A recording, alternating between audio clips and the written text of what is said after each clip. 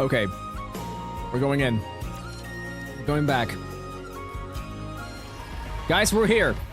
Chapter 46. Rebirth.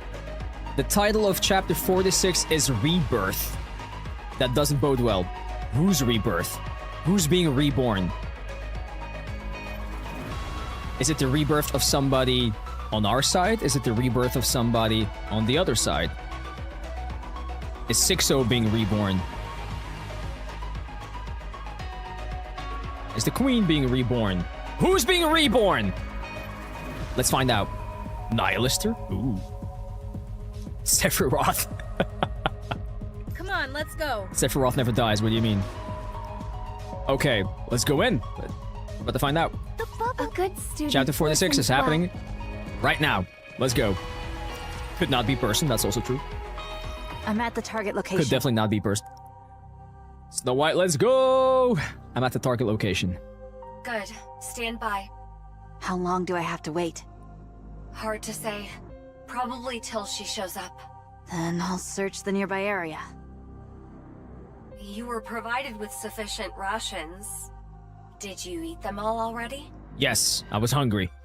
I'm going to check for raptures. She didn't answer the question. Means yes. Ah, my apologies.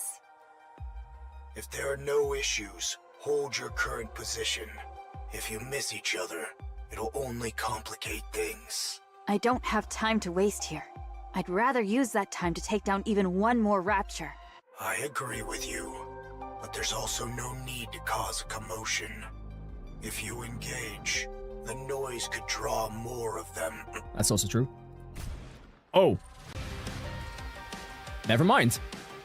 Snow White fires her rifle. An explosion occurs in the distance. One down. Dab. Eyes of a hawk. Great. Other raptures in the area heard the gunshot and are converging. Well done. Just as I wanted. She's like, I would get bored otherwise. Don't even think about it. Withdraw from that sector. Any unnecessary engagements. The fact that Johan believes that she's gonna listen. Snow White fires her rifle again. Another explosion occurs in the distance. A cloud of dust heads straight for her. Johan is like, ah! Why you no listen? Sorry, I didn't catch that. What did you say? What's that? Oh, I can't hear you! Cecil, Yes? stop using the operation device. Switch all communications to messaging. Why? Watching this is making my blood boil. Watching this is making my blood boil. Don't let it get to you, Johan. Yes, calm yourself. Patience is a virtue. You're the one who needs to calm down. She is calm, what do you mean? She's super calm. Raptures incoming. Numbers are... Johan, look at this. What is it? Just look at the approaching raptures. She'll be fine. It's only the start of chapter 46. It's good. What the hell is that? What is it? Tell me. Use your eyes and see for yourself. I'm not telling you. Very well. Snow White looks at the raptures swarming in. They're no different from the raptures that she's always encountered. Assuming Johan and Cecil are just overreacting, Snow White takes aim. She waits until the raptures are within maximum effective range. As the lead raptors come into range, Snow White pulls the trigger. No.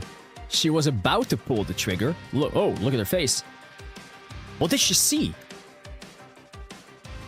When the frontline raptors explode into smithereens. What was that? I didn't fire.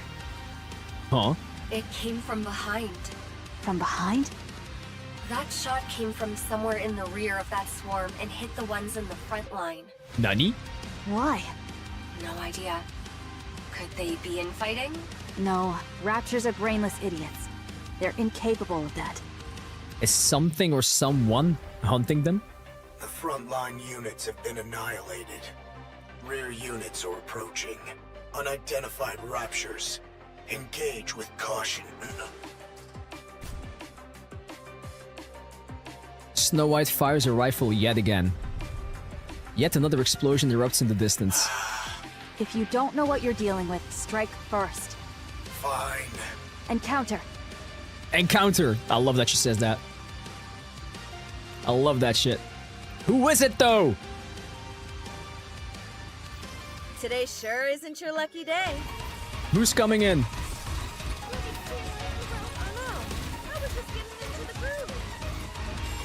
Rebirth. Man. This is pretty close to our practice drills. They were dying too fast. The story will be rewritten into a tale that's happy and beautiful.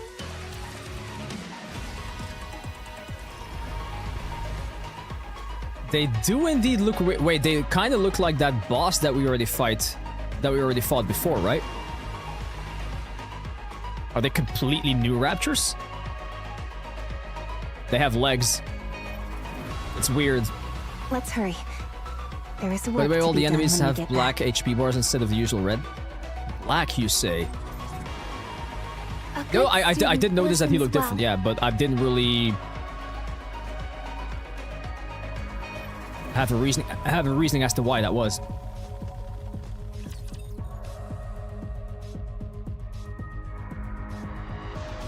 Yeah, black made me think of the four beasts, yep. Let's have some fun! I'm perfectly calm right now. This is pretty close to our practice drills. I'm not being impatient.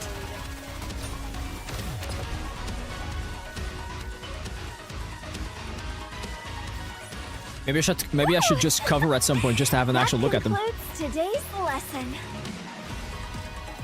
All clear. Okay, here we go. Snow White looks at the wreckage of the raptors scattered across the ground. I've never seen raptures like these before. One second. Get closer so I can have a better look.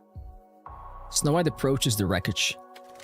She crouches down and picks up a mangled component. That's not edible. I'm not going to eat it. I don't eat everything. The color is different. It's very vivid. Most of the raptures we've seen are monochrome. These are different. Huh. What's the texture like? Different.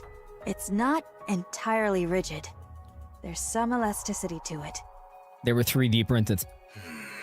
Pick up that yellow component at your 4 o'clock. Snow White grabs the part. Huh? The size is obviously different, but is that a... Hey Chimu, what's happening by the way? Yes, it's a finger. A finger? It's attached differently, but it's clearly a finger. I can also make out parts like ribs, teeth, and legs. Nani? Snow White, rub your arm. My muscles aren't sore. It is for comparison. Go on, feel it. Snow White rubs her arm, then touches the rapture component again. Well, It feels the same.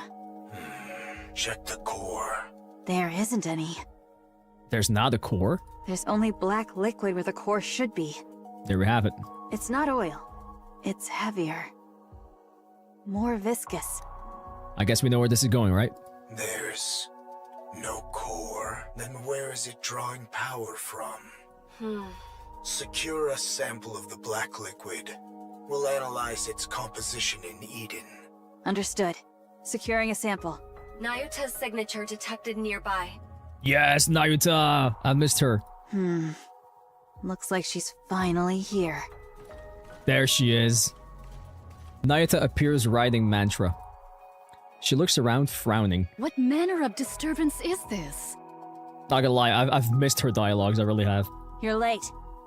Try being on time next time. Verily, yeah. Exactly. Did we not appoint this place for our rendezvous? Did thy impatience get the better of thee, that thou didst open fire? There is naught to gain to be gained from raising a disturbance here. The raptures started it first. Sure. Sure. Nayuta stares at the rapture wreckage. Pray, What in heavens are these? Yeah, we don't know. We don't know ourselves. We don't know. Okay, next up, where are we going? The Here? bubbles will show us the way. A good student listens well. They started first. This spot shall serve admirably. 'Tis inconspicuous, and affords a most advantageous vantage point. I played through this earlier, it slaps. I believe that. I mean, chapter 45 already slapped hard, so I can only imagine how this one is going to be like. What are you playing at, Monk? Why did you insist on meeting near the lift, of all places? You couldn't pick a more dangerous location if you tried. There is reasoning to this. It's a fair distance from the main structure, but that doesn't mean we're in the clear. I am not oblivious. You are exceedingly given to quibbling. Would I summon White Snow hither without due cause? Exactly. There's reasoning. Explain. Since the encounter with the Queen, I dispatched my remaining replicas to reconnoiter places of import. Reconnoiter? Is that an actual word? Wait. You have more clones left. Of course she does. Not combat units proper, but adequate for reconnaissance. I see. Oh, nevertheless, my replicas have scouted locations upon the surface deemed of strategic import. Okay. Alas, none evinced any reaction of note. Nayata silently raises her finger and points off in the distance. She gestures to a towering structure that seems to pierce the sky, the greatest construct humanity ever created. The lift. Save for that place, the orbital spire. Freaking hell. Thank you so much for the sub, I appreciate that. How every sub scares the living shit out of me, I swear to God. Thank you so much. You're getting a special reading from over there? Indeed. Observe closely. Indeed. Lights kindle within. Venture nearer, and perchance a mechanical hum shall reach thy ear. No way. The orbital spire yet functions. The lift is... That means the raptures we saw earlier are being produced there? Oh boy. Your heart is not that young anymore. I resent that statement. You speak of the new sort of raptures. That hath troubled me likewise. I'm forever 29, what do you mean? During my reconnaissance, raptures of the new sort were observed in considerable number. These new raptures were all manufactured within the orbital stations, yet the stations themselves are now ruins. I desire to confirm whether a connection doth exist between these two facts. So you want to scout the lift? Well, that sounds awesome, actually. Indeed. Fine. Then let's go. Much obliged. Wait. Brother, as a 34-year-old unk myself, you're a dad. I am a dad. Let me be the Lulu, okay? God damn it. Snow White is the only fighting force Eden's got right now. I won't authorize her to conduct such a dangerous recon. The fact that Johan still thinks that she's gonna listen. It doth prove quite impossible for me to do alone. Thus I venture to solicit a favor from thee. Love you though. You've got plenty of clones who can handle the scouting just fine. I did dispatch several score of them nigh unto the orbital spire. Yet to this hour, no word hath reached me. Ooh. Did they get caught? As their nymph hath not yet returned unto me, while I do not think they have perished outright, Maybe they got caught. and yet I cannot shake the conviction that all is not well. You missed the blue hair. I mean, I'm still the same person without the blue hair, crazily enough. I desire to investigate that matter in my reconnaissance as well. Put from thy mind the one who hath departed. Young Lady Isabel is gone. Isabel. Why do you have to remind us of that? We know, we're aware. I know that. He does know that. He knows it all too well. Proceed with extreme caution. The moment you feel it's too dangerous, withdraw at once. Understood. I shall bear that in mind. I will take your thoughts into consideration, but not really. Time to show what a female student is capable of. Rip a bell. By the way, guys, if you guys haven't done so already, do not forget to hit the like button on YouTube. It really helps out the channel. It really helps us get into the algorithm, so get all the likes out that you can if you haven't done so already. Would appreciate that. Reloading. Swiftly.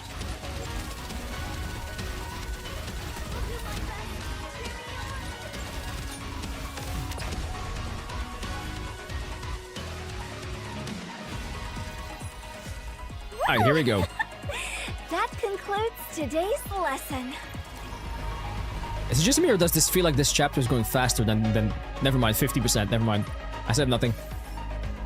I literally said nothing. Let's hurry. 15%. There is work to be done when we get back.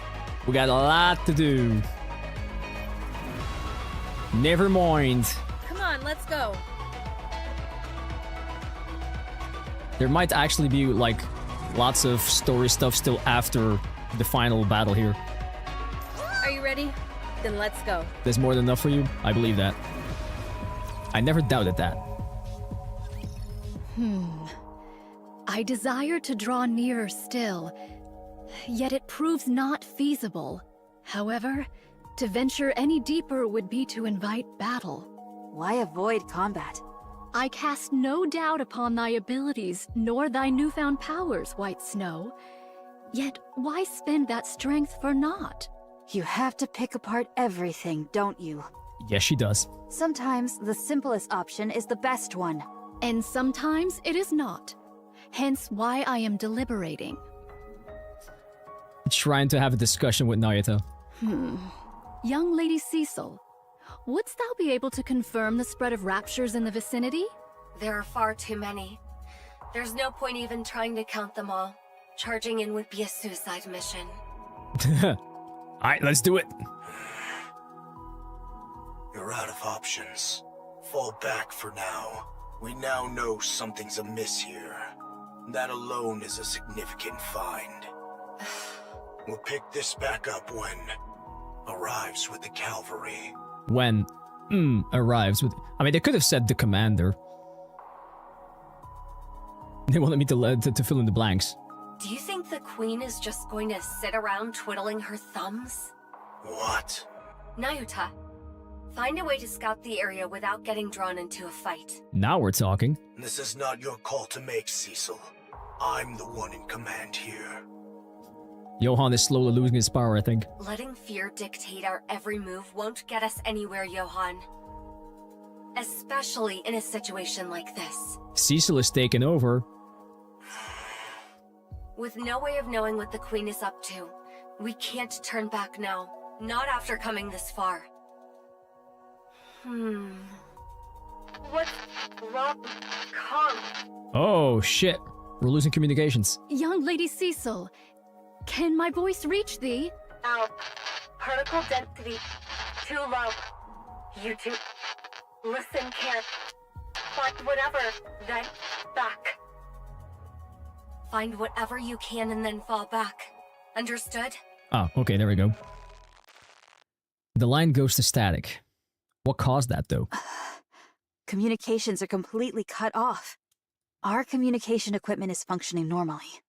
This wasn't caused by elevated alpha particles. To lose contact within Eden of all places? A strange thing indeed. In any case, find whatever you can and then fall back. Words most ill-advised, and yet... Let's go. We'll avoid the areas where there are too many raptures. Goes instantly into the most crowded place with raptors. Playing it safe will gain us nothing. I can literally just see Snow White going in there, guns blazing. Like, fuck it. Very well. I shall entrust this matter to thee. My.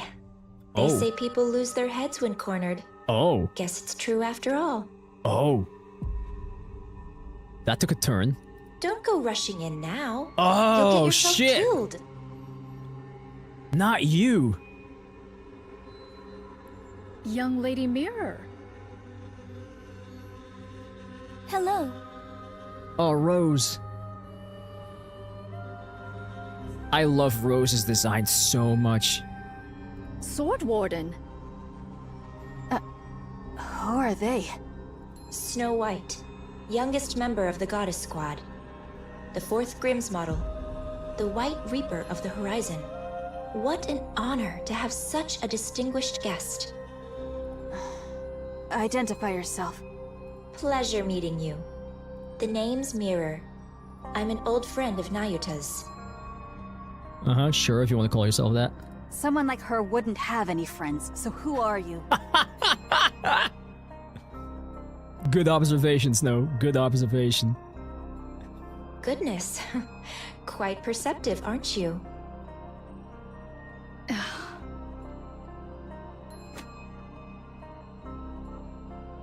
What do you mean lonely? She's got like thousands of clones. Her hand passes straight through her. The point of contact crackles with static. You're just a hologram. Yes. You're the one who cut our communications with Johann and Cecil? Mm-hmm. Guilty as charged. I've nothing to gain from making my presence known, you know. Just what are you? I already told you. I'm Nayuta's associate. At the moment, yes, I'm acting as a spy and pretending to side with the Raptures. Uh-huh. Who said it's not the other way around, right? It's been a while since I've been greeted with such distrust. I wonder why. Nayuta, could you please say something? My character is in doubt before I've even had the chance to relay any useful information. Oh, she speaks the truth, White Snow. She is indeed my associate. It is likewise true that she hath taken to the Rapture's side, carrying out espionage. There you have it. Fine. I'll take your word for it. Much appreciated. Now then, shall I show you around? There is quite a lot I need to convey regarding the current situation. Man, oh man, oh man. I wasn't ready to see her back. Ooh. My voice is ready. Why do I feel like this is only the tip of the iceberg? Like there's about to be so much shit happening. Uniform is so comfortable. Reloading. Swiftly. Why don't you just develop something like an infinite magazine?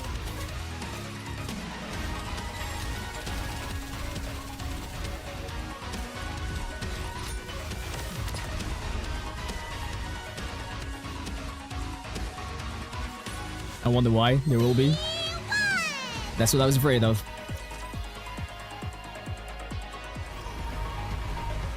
That's what I was literally afraid of. Okay, next. Let's hurry. There is work to be done when we get back. I will turn everything into Gotta start the battle. bubbles.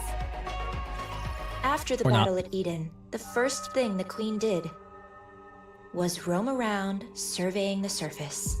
She looked like some legendary hero, wandering the surface, riding atop Stormbringer. I watched to see how long she would continue in this vein.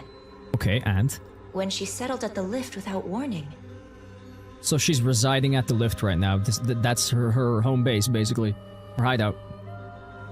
She began overhauling the derelict equipment within, turning it into Rapture production facilities. You would have me believe she hath built a factory? I mean, why not? Yes, she converted everything in one go. Humanity's finest technology was already concentrated there, so there was plenty to work with, and the overhaul wasn't challenging. She tinkered away at it, then began to produce Raptures like it was nothing. Whence came the materials? Even the Queen cannot conjure something from naught. Oh. Seems like you figured something out. Let's hear it. Doth the Queen tear it all asunder? Fricking hell. You've got it.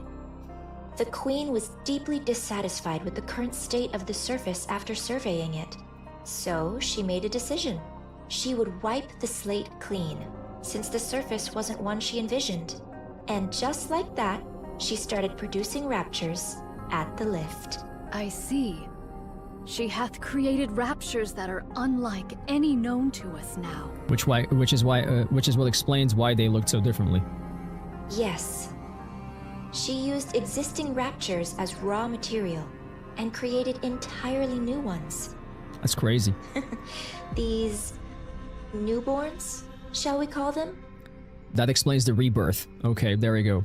So it wasn't a rebirth of a character that we know. No, it's the rebirth of Raptures, basically. They're not drastically different from their predecessors performance-wise, but their appearance... Now, that's where things get interesting.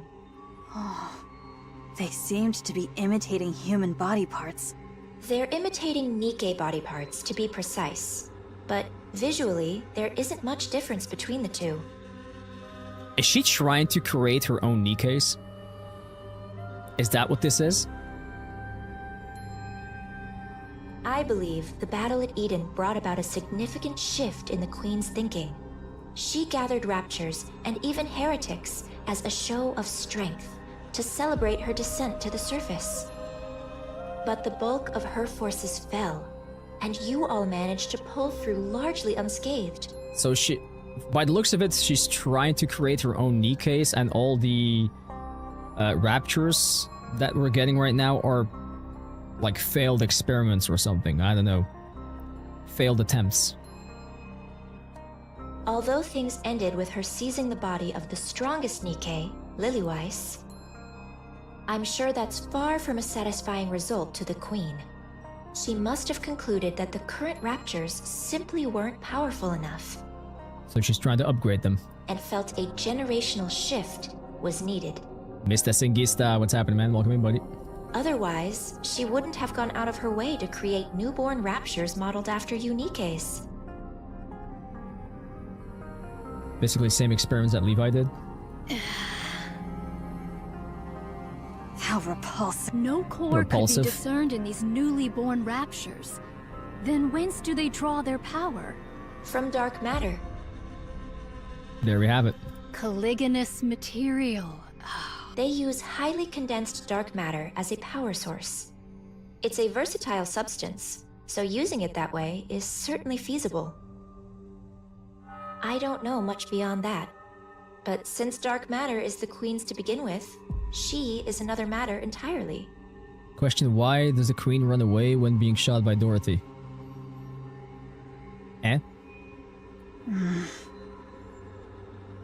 So, in short, after fighting us, the Queen became jealous of us, which led to her creating new Raptures in our image. Yep. That about sums it up, yes. Yet the manner of their imitation is most suspect.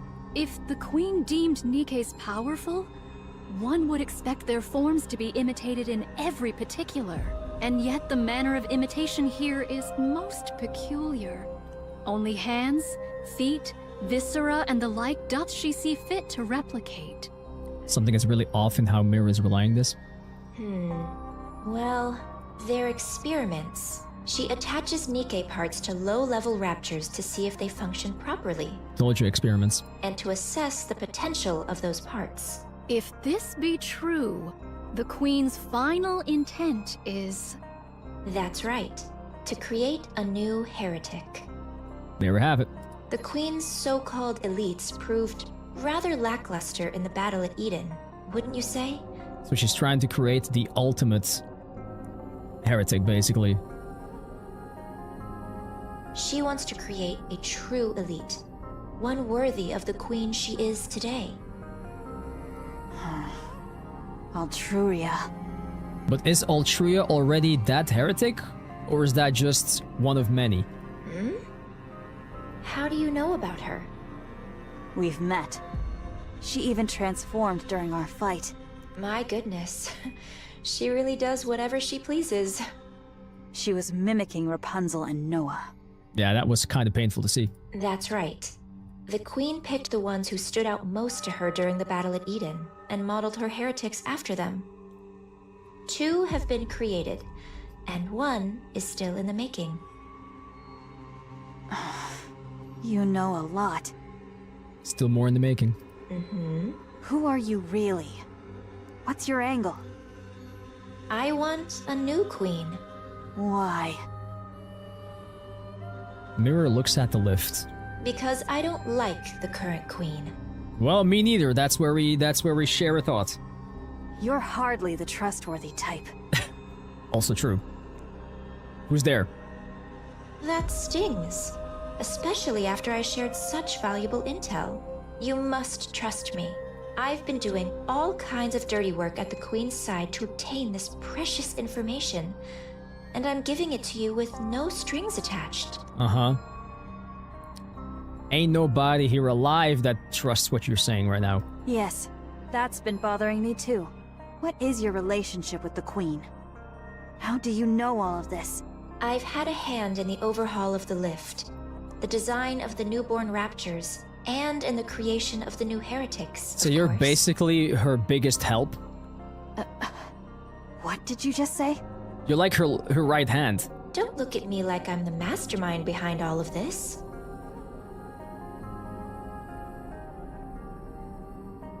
God, I don't trust her one single bit. If the Queen grows suspicious of me, any chance of a counterattack is gone for good. Since you'll lose your only source of information, I'll tell you everything I know. But how are we so sure that you are telling us everything that you know? And you'll use that information to kill the Queen. Or maybe you're just giving the information that you want to give us, not the whole truth, just bits and pieces of information, just so that we can play into your cards, so you can maybe overthrow the Queen and become the Queen yourself, because you said it yourself, you want a new Queen. Assuming any of what you're saying is true. What other choice do you have? Believe me or don't. That's entirely up to you. Frankly, I couldn't care less whether you win or lose. I'll simply side with whoever wins. Fucking snake. How enviable to hold such clear convictions. Now, let's get moving. This isn't a place you can visit often, so take in as much as you can.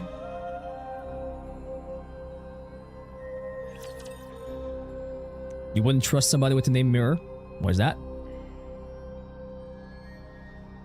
There's some people have way stranger names than Mirror. About to graduate. You know, like Chandra or something, I don't know. Swiftly. This uniform is so comfortable. Develop something like an infinite Just a moment. magazine. I'm perfectly calm right now. I'm not being impatient. Love that reaction. I know, who's called Chandra, right? I know. Strange shit. Did you see that? I'm strong, but my comrades I'm tired from all the stronger. chores, so I was going to order food, but then my stomach felt a twisting from the thought of certain fast foods. Guess I really changed my diet. I mean, that's good though. That's good.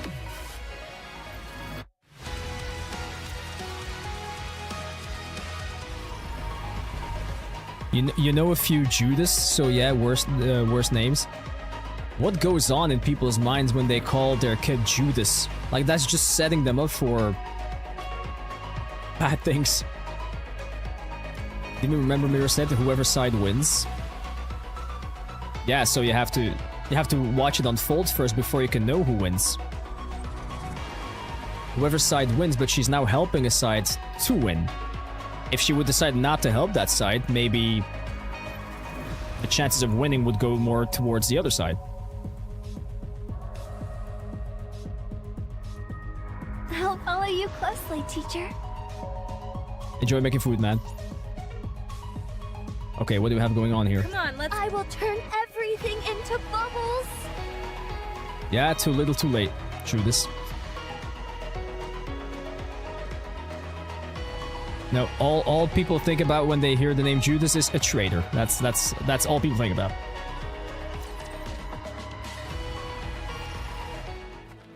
Alright, here we go. Snow White and Nayuta follow along the path Mirror leads them down. They get into a few skirmishes with raptors, but they are small scale. Oh, enjoy that, Sippy. The commotion is not big enough to draw in additional raptors. Rose shares a brief exchange with Mirror, who nods at the words. Then Rose slows her pace and falls into step beside Snow White. Can I talk to you for a moment? Is this a bad time? God, I don't know if I said this already, but I love Rose's design. You look like her, She's so cool. Scarlet. Of course. We were in the same squad after all. A squad that specialized in close combat, made up of mass-produced NIKKEs, right? You remember all that? You have a good memory. Those are recent memories to me. Hmm. Scarlet is alive. Her brain is, at least. Scarlet. Eden currently doesn't have the technology to produce a NIKKE. But once that's secured, she can be revived. More rebirth. So you caught on. Yes. Scarlet often told me about her sister.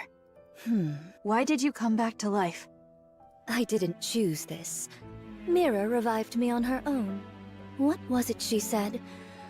Something about needing someone who could cut through anything. As you can see, I'm more or less her bodyguard right now. Man, I don't like that one bit though. Then what are you still alive for? That's harsh.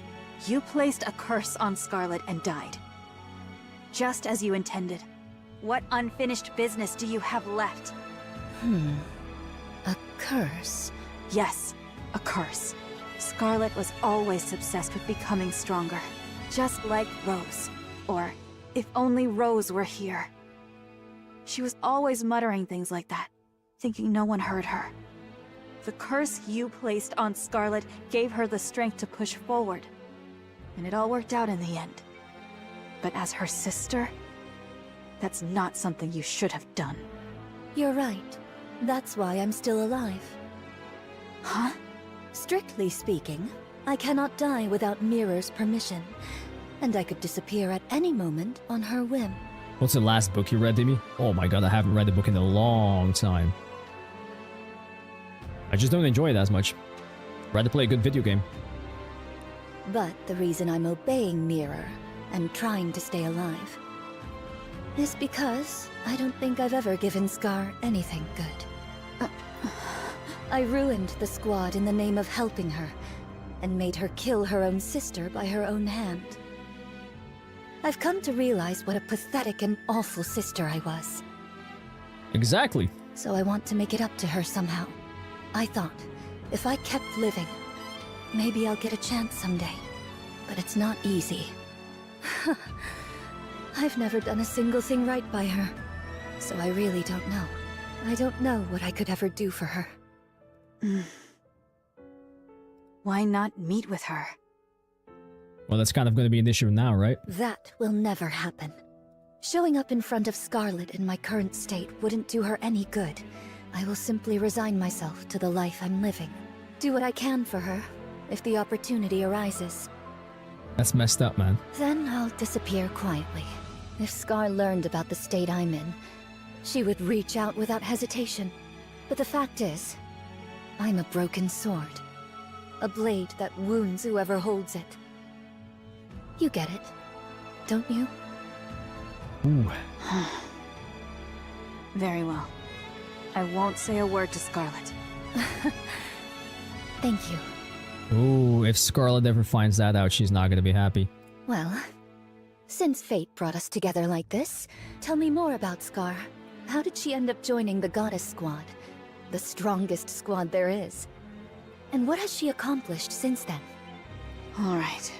It's a bit of a long story. You think? Then keep it to the parts about Scar. I'm not big on long stories. Snow White and Rose's voices echo around them as Nayata and Mira walk on, listening. They seem to be getting along. How far dost thou intend to lead us? I confess, this leisurely stroll through the heart of enemy territory does not sit well with me. Not much further now. We wouldn't be able to go any further than that anyway. Why do I feel like she's leading us into the heart of the whole operation here? So thou hast been here all this time? That's right. I've been here ever since Eden. There's work to be done after all. Then didst thou not see my replicas? There ought to have been at the very least several score. Beats me. Maybe they're all dead? Nah, she would know. When a replica doth perish, its nymph returneth unto me. Such a thing hath not occurred even once. Is that so? I haven't the faintest idea. Why do I feel like she does know exactly where they are? I see. Freaking lies. Is it still intact? Of course. That's why the lift is in operation. The ultramassive core is very much intact. It's in much better shape than anticipated. Ultramassive core. And the Ark is in need of a core. I wonder what the next objective is going to be. Who doth maintain it? It's left alone. It was designed to run itself after all. By you, I might add. The Ark and the lift each hold one of the twin cores. The moment either is destroyed, mutual destruction follows. Oh, so it could go differently. So basically when the core of the Ark runs out of juice, all operations would cease to exist on the lift side as well. Two birds and one stone, kind of thing. And in close proximity to one another, the resulting resonance would destroy them both. Quite the troublesome design. There was surely reason behind its design. Yet we failed to uncover that reason, and we erred in wielding forces unknowable in heedless fashion. They mimic each other. So if they mimic each other, that would mean that the one on the lift also only has 20% capacity right now. Just so you know, mutual destruction is not an option. It might have been a viable choice in the past, but not now with the Queen in the picture.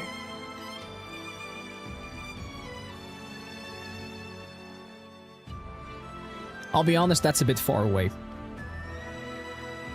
Humanity, stripped of its sanctuary, against the Queen. The outcome is obvious, wouldn't you say? This I know. Or is it having more energy now since the other one is weaker? That I don't know. Don't get yourself hurt, teacher. You mean like a shared capacity? I'm not being impatient. I'm perfectly calm right now. This is pretty Hey Ramouche, always going strong, obviously. This uniform is so comfortable. Obviously, we're on chapter 46 right now. Just a moment. Gotta reload real quick. We're cooking, guys, we're cooking. Tonight I'll be up all night to catch up to the life. How's the story? Mwah!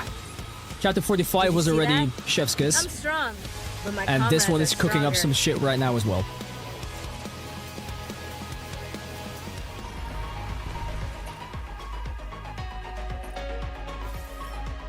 I'm not really hitting the pre-watch allegations as much as usual, so that's good. I'll follow you closely, teacher. Oh, look at that factory going right there. Let's hurry.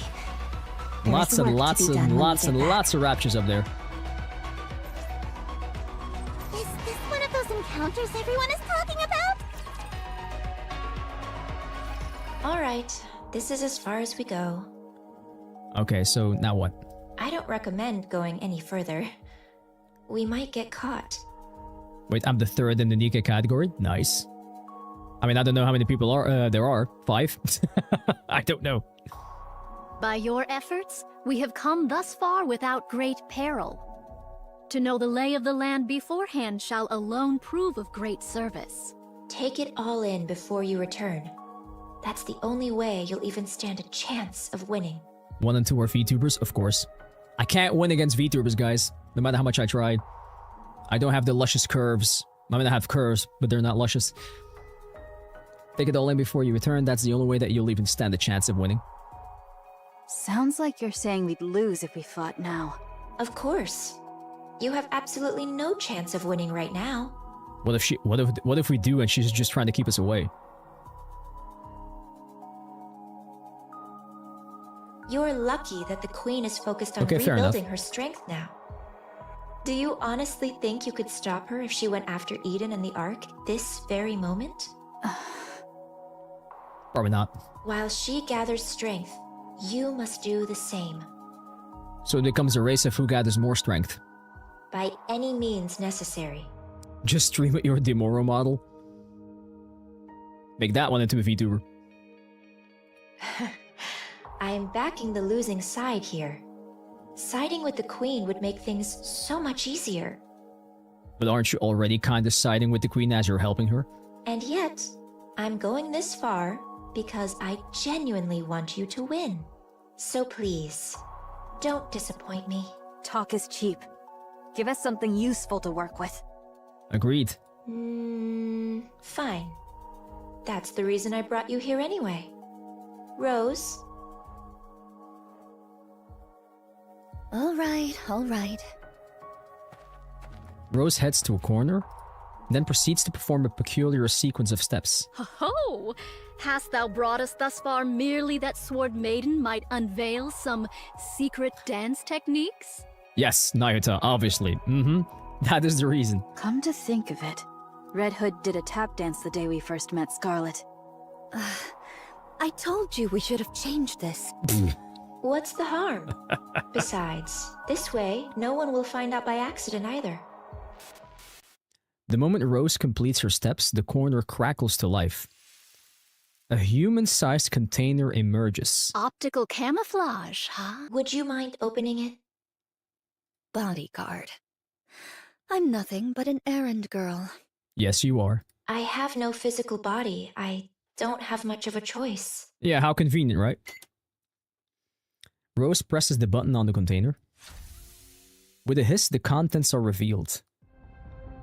Steel legs, clad in red. Oh my god. Is it her shoes? Is it red shoes? Red shoes is shoes? Shoes? Red shoes! I kept them safe, as you can see. Yeah, burn them. Destroy them. Nike brand. I tried everything I could to make replicas with them, but they don't seem compatible with Rapture technology. Take them. Perhaps they'll come in handy somehow. Oh, who's gonna use those? This, shall prove of considerable aid. Red shoes is red shoes. Rappy Red Hood, red shoes. That's what I thought. Hey, Rappy said, what about me? Why do I not get a weapon? Here, have some red shoes. And take one more thing with you. Rose, if you could. Yeah, I mean, she definitely has a hidden agenda. I mean, I know it, you know it, we all know it. She has a hidden agenda. Rose retrieves a small bag from inside the container and hands it to Snow White. What's this? It's really heavy. It's a brain shelter. A brain shelter? Oh no. Burn it! Burn it now! Liberalio's head is inside. What? I don't know what possessed Liberalio, or why. But she proposed to the queen a dialogue with Hey, what's happening, man? No, I thought it was somebody else's brain. Okay, don't burn it. Don't burn it. Do not burn Liberalio's brain. I don't know, for some reason I was thinking that it was Red Shoes' brain herself. Then burn it. I'll admit, I had some hope myself. I figured it might get through to the queen even just a little, given it was coming from her second daughter. But the queen truly is a monster. That she is. Liberalio's words fell on deaf ears. I thought Mongol Stardive was fan servicey. Oh no. Oh no. I mean, Francis is definitely very fan service, but NIKKE is just complete fan service. Ah, I see if you returned back to the jiggly wigglies of NIKKE. Of course, how could I not? It's new content day today, so. Although, I honestly doubt dialogue was ever possible with her in the first place. I'm okay, man. How about you? She tore off Liberalio's head, frozen in ecstasy after meeting her beloved mother. Dude, that moment was so beheading. Jaw dropping. She kept only the body that had the core and tossed the head away like trash. That's what I retrieved. Yet heretics possess the capacity for regeneration by means of their core. There's no core in her head. Unlike in Devilia, Liberalio didn't do something as grotesque as implanting a core fragment in her head. Oh, for sure, Imaginary Ace. I mean, if you don't play this game yet, yes, they are definitely very big on fan service, but the story is goddamn amazing. It's like you said, it's a dark story, but it's an amazing story. It really is. I mean, fan service alone is not enough to keep a man playing a game. It really isn't. Trust me. The story, though, mwah, so good. But her brain is still alive. It should be enough to create a human imposter, at the very least. That is, when Eden has the technology to do so, of course. Like the white-haired girl? Oh, there's more where that came from. Liberale alt for New Year's? I'm down for it. Nah, probably not.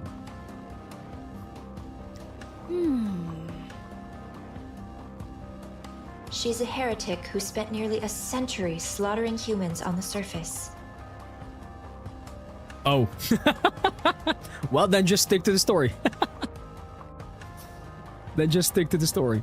Such vast combat experience must mean she'll have a wealth of information. She's also one of my greatest works, so even turning her into a standard pseudo-human won't be a loss. We need every asset we can get. Oh, freaking hell. Bunker down, we are now being raided! We are being raided so much today. This is crazy. Thank you so much for yet another raid. This is like the 4th raid today. Thank you so much. Welcome in, raiders. How you doing? Thank you so much for joining us. How was your stream? Rebby Raid! How you guys doing? How was the stream? What did you guys do? How was it? How was it? How was it? You were playing some Genshin Impact. Ooh, how was Genshin? How was Genshin? What did you do today? Woo! Thank you so much for choosing to raid us. That's super kind of you. Hoping you had the most wonderful days. Hello guys, my name is Dematic, but y'all can call me Dimmy. I am also a gacha streamer, but I have been going into different territories of gacha as of late. I'm mostly playing NIKKE right now. I'm also playing some Mongol Stardive, if you guys have played that game already. I'm still a fan of Wuthering Waves as well, but I haven't played that one in a while. I have been taking a bit of a break on Genshin Impact though, but, you know, still loving gacha games. I'm also trying to do some other stuff in between. I've also been venturing into Souls-like games as well, which I'm actually having a very fun time with. Guys, if you guys have not already, please go give our raider a watch, go give them a follow, would appreciate that. Do the things. NTE coming soon. Yep, in just a couple of days. 6 days from now, I think it is. Yeah, next week, Wednesday. Welcome. Amazing shit. It looks good. I actually, thank you so much for the follow, by the way. Yesterday, I actually watched the NTE livestream because I hadn't had the time to do so yet. And yeah, it looks great. It looks great. I'm curious to try it out for sure. I'm definitely gonna give it a go. Bond Killer, what's happening? Hey everybody, how far are we in? Chapter 46 right now. Oh, Rebby, you're fine, obviously. No problem at all. We need every asset that we can get, don't you think?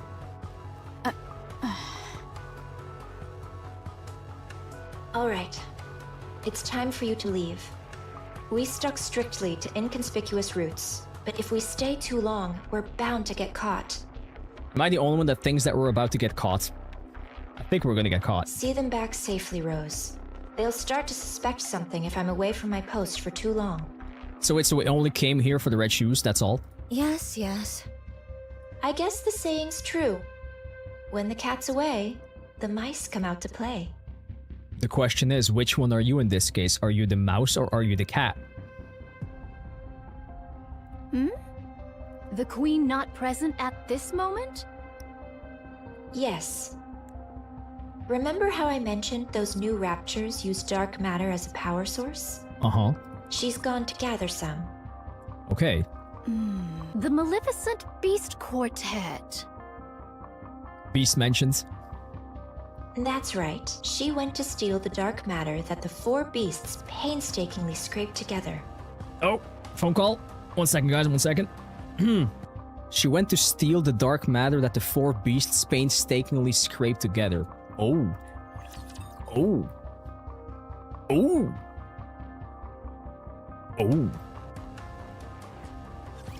I'll finish this quickly.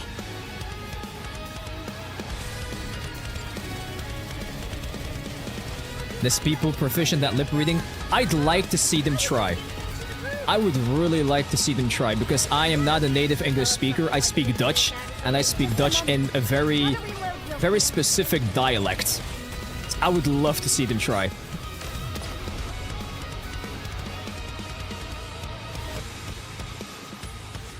Did you see that? I'm strong, but my comrades are stronger. Did you get any star already? Yes, yes I did. First temple. First temple, she came home to me. Come on, let's go. Okay, let's see. Let's 35%. My god. We got a long way to go. Give me the chick magnet. Let's hurry. Chick magnet. There is work to As be in done chickens? when we get back. It's crazy that there are even some people that can read lips even when they're wearing mouth masks. How does that work? Encounter.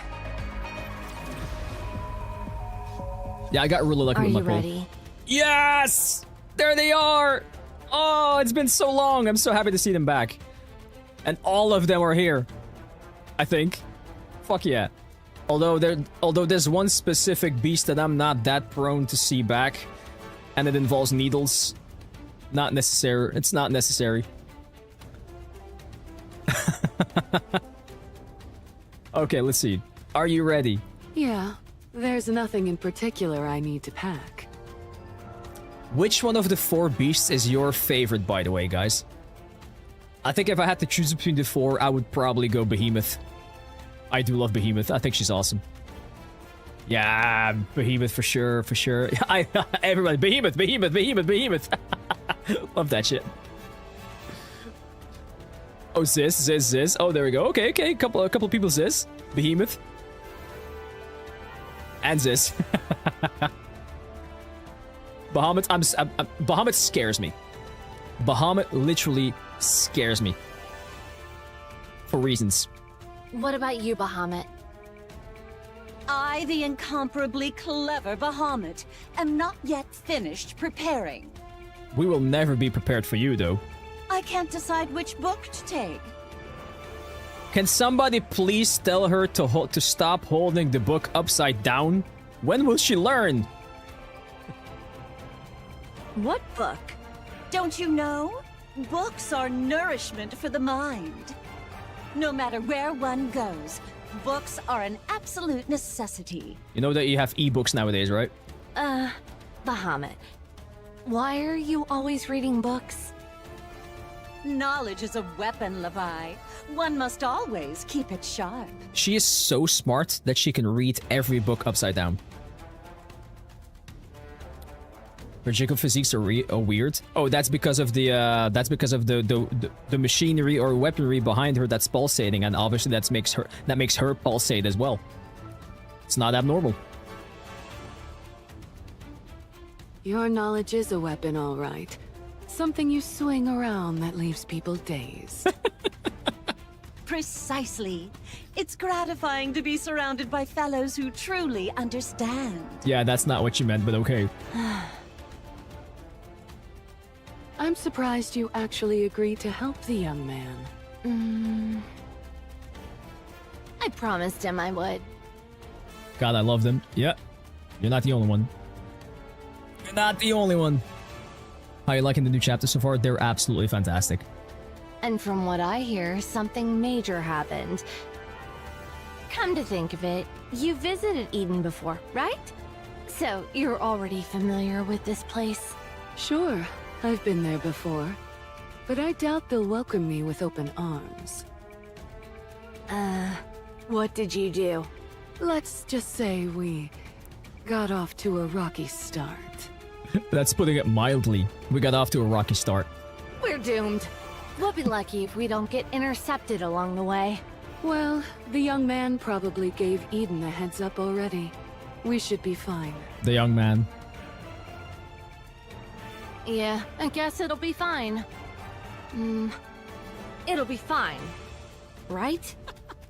It'll be fine. It'll be fine. Why? Are you nervous? I mean, kind of. I don't blame you. We've kept to ourselves this whole time without dealing with anyone else whatsoever. We need some Ziz, by the way. If it weren't for Grave, that might still be the case. Still, we got along well enough with Enichiro's group and the young man's crew, even if it was only briefly. Eden won't be any different. True. You're right.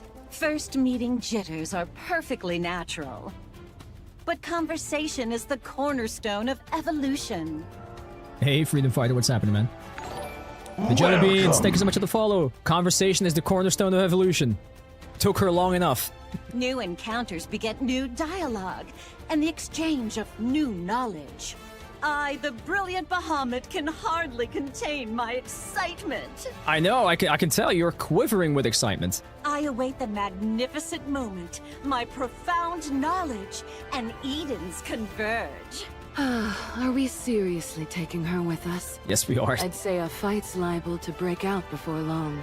Interesting game. Very interesting. It is. We have to bring her. What choice do we have? You ain't seen nothing yet. But what's taking Hey, this Jelly too Beans. so long? Yeah, we're doing great, man. Thank you so much for asking. Hope you're doing well, too. Yeah, they're running pretty late today. Pretty stoked to see these back. Swoosh! Oh, here we go. Ziz! Oh my god, it's the baby. Oh my god, she's here. Guys, that's our kid right there. Our daughter, she's right there. Ziz lands from the air. Now imagine if the four beasts become Johan's new squad. That would be funny. Bro, imagine. That would be crazy, though. I didn't even know, bro. Yes, our kid. You and me. Fuck. The girl hanging from Ziz's neck climbs down on the ground. It's fun. It's fun? Seeing new places is nice, isn't it? Uh-huh. Go new place tomorrow? Aw. Tomorrow's my turn, right? I'll take you somewhere completely new. I will follow you everywhere, Behemoth. Yay! Yay! Yay! Commander deserves it instead. He didn't go through the headache to tame them. Fair. But I mean, I think the commander squad... I mean, okay, he has his own fixed squad, but if he wants, he has a squad of like 400 Nikkes already. I think he's fine.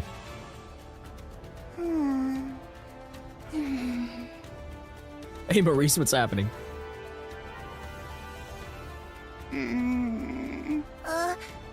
What's wrong? I, the erudite Bahamut, shall enlighten you. The child currently requires sleep. Ah, sleep. What is that? Hug me. I'm okay, man. Thanks so much for asking. Okay. Come here. Ziz wraps her arms around the girl. Lucky kid. And the girl buries her face into Ziz's chest. Lucky kid! Fluffy. Feel good. Fluffy. Oh. Really? Must be nice. Should have been me! What do I do? You just embrace it, I guess. I feel like I'm gonna cry. Don't cry, you're fine. What's wrong? I don't know. Are you all packed? Packed? For what? We're leaving today, remember? Oh, right. We were going to Eden. I forgot. Oh man, I can't wait to see how that's gonna go. Hurry up and get ready. I'll hold her. Oh, okay. Dude, how is that gonna go down? Oh, I just want to see everybody meet up at the same time. Alright, come here. Leviathan reaches out towards the girl nestled in Ziz's arms. She stares silently at Leviathan. Her gaze travels down towards Leviathan's chest. Why always the chest? Oh no. Oh no, don't say it. Don't say it! Heart. No like.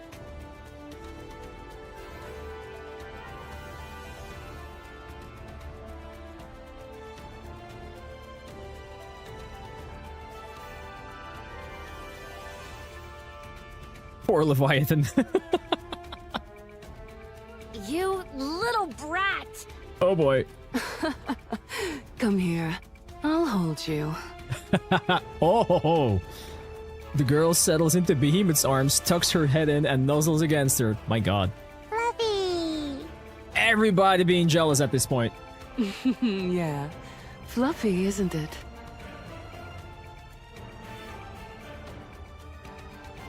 Am I the only one that right now sees the meme of, what was it, the kids in Despicable Me? It's so fluffy! The girl turns her head and looks at Leviathan. Oh, Leviathan is pissed. Hard. Ugh! I swear I'll... Levi. What? Bahamut looks at Leviathan, then nods silently. Stop nodding like you've got some secret. It's annoying! Levi? What? What is it? Oh, I'm packed and ready. Let's go then. But she just fell asleep. Of course you did. I mean, I would fall asleep too. Let's be quiet then. If she wakes up, we'll take turns transforming and giving her rides. Hey, Chibu, congratulations, man. That's awesome. Sigma, I didn't want to say it, but there it is.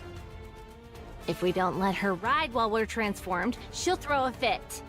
Oh, okay. This is kind of fun. It's like taking turns driving on a road trip. This is a family trip, all right. Hey, Roxas. Yeah. The four beasts walk on. Leviathan glances back. The White Ark, once a ritual space built for the creation of the Queen. A place that has since become their home. And it might become a new home, who knows? So, who here thinks that with what we saw happening in chapter 45, that the Ark is gonna go down, we're gonna have to migrate either to the White Ark or to the surface? Might just happen.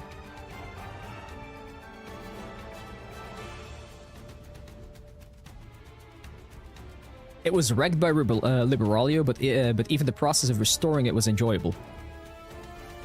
For some reason, Leviathan feels a twinge of regret. We'll be able to come back. It's our home, after all. Oh, well, you know what I mean. Yeah, you're right. The four beasts continue onwards. After walking for a long time, they stop. No comments. Before them stands... Hello? Before them stands the Thing, who looks at them with a smile. Get out. Get out! Get out! What is that? A human imposter? But something feels off. Oh boy. The Thing closes the distance in an instant. Her gaze locks onto the girl in Behemoth's arms. Behemoth reflexively turns and shields the girl. Boom!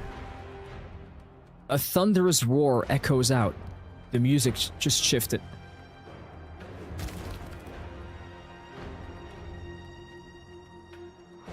Behemoth collapses to her knees, the upper half of her body now missing. What the fuck?! The girl, flung aside, lies on the ground staring at the lower half of Behemoth that remains. She crawls over and touches the core lying on the floor. Ma! The Thing looks down at the girl and raises her foot. A fire ignites in the eyes of Leviathan, Ziz, and Bahamut. Get your foot away! What are you? Why is it always Behemoth that has to go through this? You'll pay for this! Black light bursts forth, staining the White Ark. You can't leave us like this! Oh my god! They killed Behemoth! Sure isn't your lucky day. You bastards! Target silenced. My Redirecting god. fire.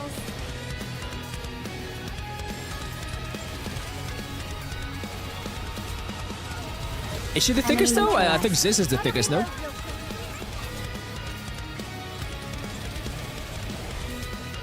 Behemoth has the superior intelligence.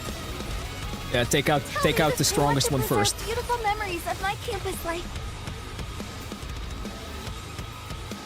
That's it. Come back in 3 months for chapter 47, 48. Nah. We're not even halfway this chapter, man. We're not even halfway. We're not done yet. Here, I have proof. Here, 40%. 40%. We're not done. Encounter. Sis. Oh boy. Dude, what the fuck is about to happen?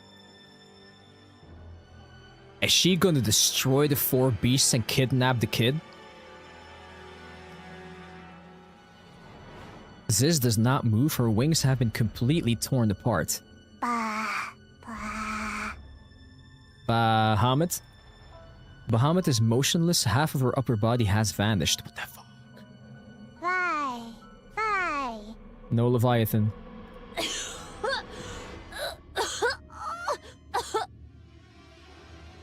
Well, Karashi was born like this, so... Bye. Hurt? Run! Run! Go! Run, baby Rappy, run! Don't fight! Run away! No! The thing steadies her breathing. She shakes off the dark matter clinging to her body. Her gaze sweeps across the 4 beasts scattered on the ground, then settles on the girl standing in their midst. You. Oh? Bad girl. That'll teach her. You bad girl. Oi! Oi! The ground beneath the girl begins to turn black. It continues to spread wider and wider. As Leviathan sinks into the blackness, she desperately shouts. No! You mustn't fight! Run! The 4 beasts sink into the blackness created by the girl. Gigantic wings unfurl and drill shafts and pincers rise up from the ground. The thing charges forward. Dude, what? A massive arm surge up from the ground and latches onto the thing's legs. She tries to shake them off but cannot, for their strength is tremendous. The girl's pincers strike ferociously at the immobilized thing. The thing staggers, then tears off the hands gripping her with sheer force. She catches the swinging pincers and twists. With a sickening crunch sound, the pincers warp and shatter. The thing drives her fist into the girl's torso. Part of the girl's upper body disappears with a thunderous boom, but it regenerates almost instantly. Oh my god. A massive pillar is summoned. Simultaneously, another swarm of arms rises up once more. The thing takes her stance. The girl lashes out with her pillar and arms, with a ferocity that could tear her opponent asunder. Meanwhile, the thing wildly throws her fists, intent on pulverizing anything in her path. The girl's dark matter and the thing's fists collide over and over. Shockwaves ripple outwards. The pseudo-arc's buildings tremble and the ground splits open, where there goes our new home. Jeez, oh my god, what I wouldn't give to have an actual animation of this. The fierce stalemate continues until the balance is broken by the thing. A low kick aimed at the girl's legs tears them clean off. The girl crumples to the ground, her legs gone. The thing rains down punches from above. Under the barrage of fists, the girl panics. This is something that she has never felt before. Hurt. Black light erupts. What the frick? The thing looks up at the black spire that has suddenly risen before her. Oh my god, I know, right? Damn. Beams of light pour down from the spire and black thorns rain down like a storm. The thing swiftly evades the projectiles, but it's useless. There's simply too many of them. A beam catches her in the torso and sends her staggering. The attacks that had been spreading in all directions now concentrate solely on the thing. For the first time since inhabiting this body, the thing adopts a defensive stance. First time ever, she actually has to defend herself because the force that she's now reckoned with is so powerful. Damn. And she's on our side. We made that! That's our daughter! Beams of light and black thorns crash down upon her.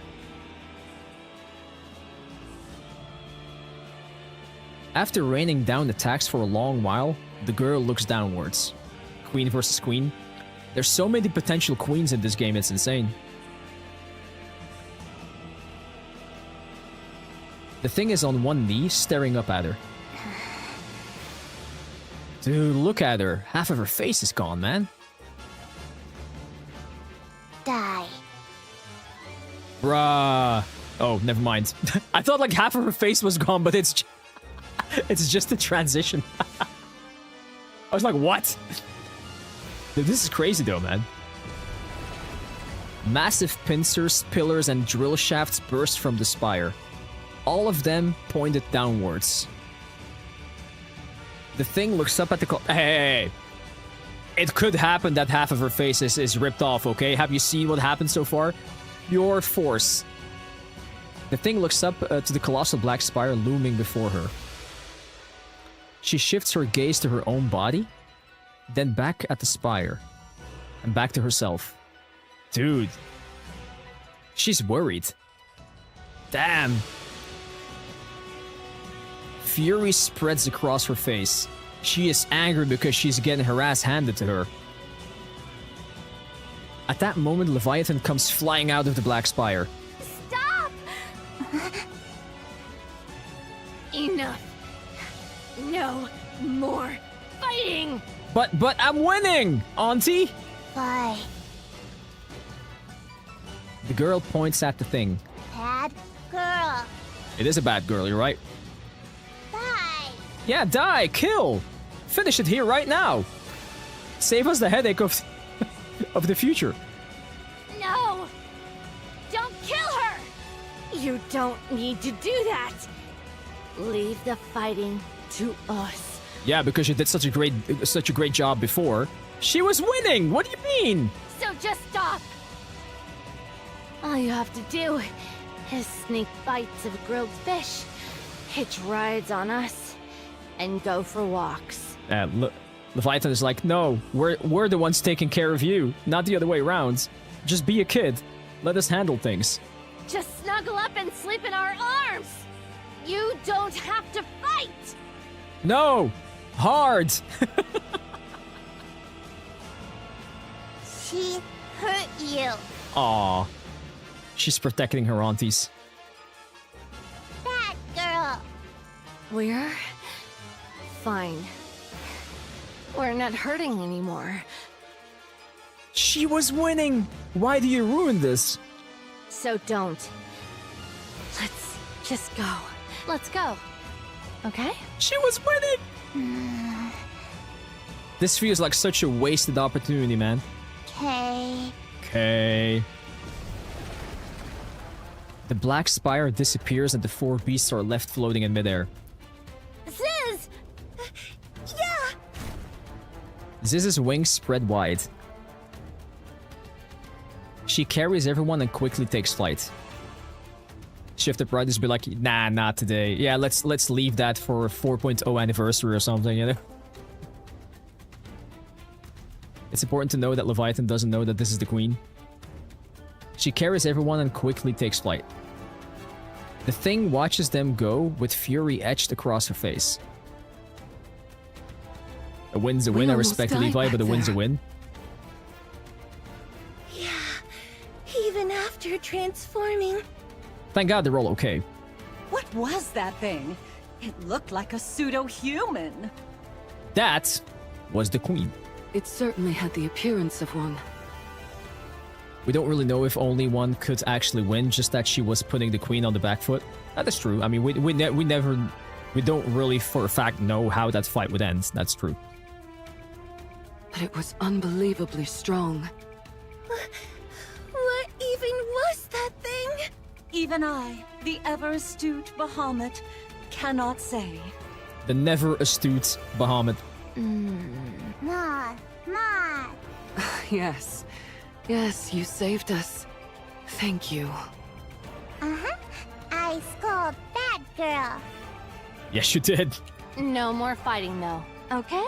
I don't think she saw that one coming, the queen. She was not ready for that one. No. Don't you dare do it. No. Also, this probably wasn't the even only one at full capacity as well. What the? Ugh! This kid is getting more defiant by the day! As she hasn't even hit puberty yet. Who hurt my sisters? I'll kill them all. Oh, my sisters. Don't like you hurting. Don't like bullies. Yeah, fuck bullies. You hear that? Fuck bullies. All the same, I don't want you fighting. Kill them all. Please? Okay. Okay, slight exaggeration. Maybe. Damn, that was wild, man. I didn't see that one coming. Soft snores. Ah, fluffy. Said by someone who bullies flat chest. Ooh. Ooh. I don't think that was intentional bullying, though. That was just her laying out the facts. There's a difference. There's a difference. That was not intentional bullying. That was just a child's harsh honesty. That's what that was. The girl had fallen asleep in Leviathan's arms. Aww. See? Doesn't matter. Leviathan looks down at her with a troubled expression. Levi? Yeah? Why are you telling her not to fight? She's so strong. She might have won that fight earlier. She might have. You're right. She is strong. Unbelievably so. Gotta keep her on our side. Then why? No parent wishes to see their child fighting. I mean, that is true, but how do you honestly think this story is gonna develop? You think she's gonna be able to have a childhood? With that source of power? She's just gonna have a regular childhood? She won't. Oh, well, I guess that's true. But there are times when fighting is the only solution. At least to protect ourselves. Levi, tell me what you're thinking. She's strong. Too strong. With her power, she could probably solve most things. Oh, I know. She could take anything she wants, without exception. She won't even need to control her emotions. She could just unleash them alongside her power. Do you all remember when we first met the four beasts? From that moment until where we are now? Says me with zero maternal instincts. And that can't happen. It mustn't.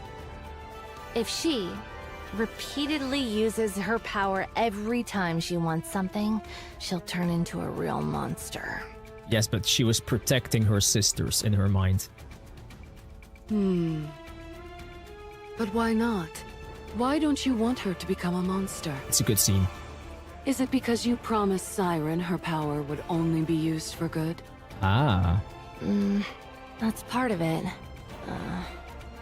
Well, I mean, this didn't really feel like bad. On the other hand, she didn't know who she was fighting, so... That kid. We made her. She had no say in her creation. After selfishly bringing her into this world, we can't ask her to use her powers for our sake.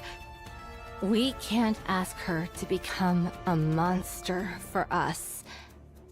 But... damn it! Why are you crying? I didn't want her to fight. I don't know if we're even capable of it, but I wanted her to live in a world where none of that exists. Are you the Lulu? You're smarter than that. She's the child we created. I want her free from all of that. Yeah, not in this lifetime. I just wanted her to live happily. She still will. It didn't even matter. Oh.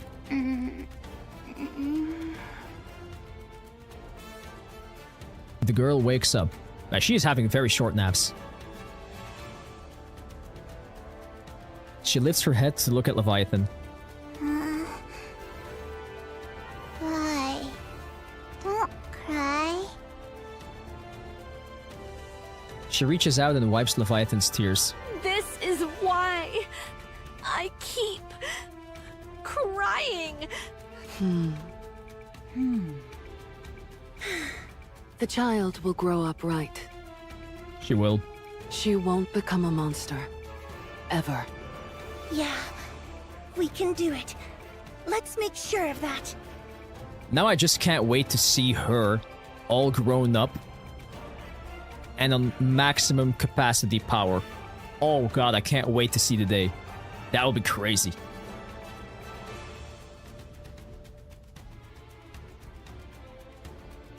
I didn't even think of that. Do you know what distinguishes a monster from something that isn't? It's the presence or absence of knowledge. I, in all my astonishing wisdom, will impart all my knowledge unto this child. I shall personally see to it that she becomes a person of intellect. You will impart all your knowledge onto this child? Well, at least you'll be done quick. She'll be done fast. Oh, she's doomed. I can already tell this is going to end badly. Oh, poor kid.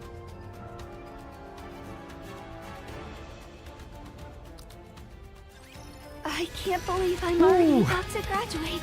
Damn, that was wild, man. Reloading. This is crazy stuff. And we're not even done yet. Lots and lots of more shit to happen. This is pretty close. Although we're like halfway right now, give or take. By the way, can I just once again say a massive thank you, YouTube? We're having more than 160 people watching right now. That is crazy. Thank you so much. Happy and beautiful. Crazy turnout. Thank you. About to fight the boss, right? Well, there's not much fighting going on because I'm playing on story mode, so it's fine. Plus, we're only at 45%, which means once we fight this boss right here, we'll be at 50%. So there's a lot more story still after this. We're not there yet. The bubbles. A good student listens well. It's a very, very chunky episode for sure. You look like you have a lot on your mind. She does. Ah, well, indeed. Verily. Feeling pushed around by Mirror? Verily. It can't be helped. You lost so many of your clones since that day. With enough power, normal difficulty becomes story difficulty. Yeah, I'm not there yet. Too bad that I can only leave a like once on this stream. One is all it takes, man. One is all it takes. By the way, we have almost 100 likes, by the way. So if you guys haven't done so already, don't forget to like the stream. It really helps. Let's get to 100 likes. Having good parents is very, very important. Yes, it is. All of you lost a great deal of strength. Meanwhile, the Queen got a clean slate, and Mirror's been glued to her side, watching everything unfold. There's bound to be a gap in our intel, don't you think? Mirror wants to see where things are at for you all, whether you truly have the power to stand against the Queen. Stand against her? No, we're going to kill her. Oh, that's kind of what she means, no? She wants to make sure it's not all talk. If you have what it takes to be the ones who kill the Queen. Well, if we all combine our powers, we need to have all the right NIKKEs, all the right people together. Mirror will offer even more help than she does now. But if you're not... No doubt she shall cleave to the Queen's side without a moment's hesitation. That much I know. Mm-hmm. Right. So don't disappoint her. She's devious, but incredibly capable. Having her as an ally is always an advantage. Art thou not speaking rather too much? Oh, don't you worry. Mirror probably sent me to see you off just so I'd tell you all this. She loves making others do the talking for her. She fancies herself a puppet master, pulling strings from the shadows. I mean, she is. She's devious to the core, that Mirror. Yep. She's not to be trusted. On that, I concur. Nayuta. What troubleth thee? Explain how you came to know this mirror. She says she's helping us, but she's more like a rapture strategist than anything else. With how she talks about creating Liberalio, she's clearly been around for a long time. Oh, she has been. That means she had a significant hand in humanity's destruction. Snow White smart. How did you end up allied with something like that? What a predicament. If I were to lie, wouldst thou let it pass? What? What do you think? No. If I were to lie. Fine. I'll believe it even if it's a lie. Okay. What an even greater predicament this is. 'Tis a simple enough tale. When mine replicas did roam the surface in great numbers, seeking a means to fell the Queen, 'twas young Lady Mirror who first approached me. By means of a nearby rapture, she did drive a corrupted thorn into me. What? Fortunately, I am possessed of some small skill in the handling of nymph. Should the corruption be minor, I may address it by excising only the corrupted nymph. The drawback is that much information is thereby lost. Yet I at least evade utter corruption. Young Lady Mirror witnessed this and did propose a deal. Having observed mine replicas that did linger nearby and the treating of my corruption, she divined the extraordinary nature of my ability and put forth her proposal. 'Twas a deal to strike down the Queen together. Okay. I knew full well the sort of being young Lady Mirror was. How grave a threat she doth pose to humanity. How much suffering she hath wrought. Even so, I joined hands with her.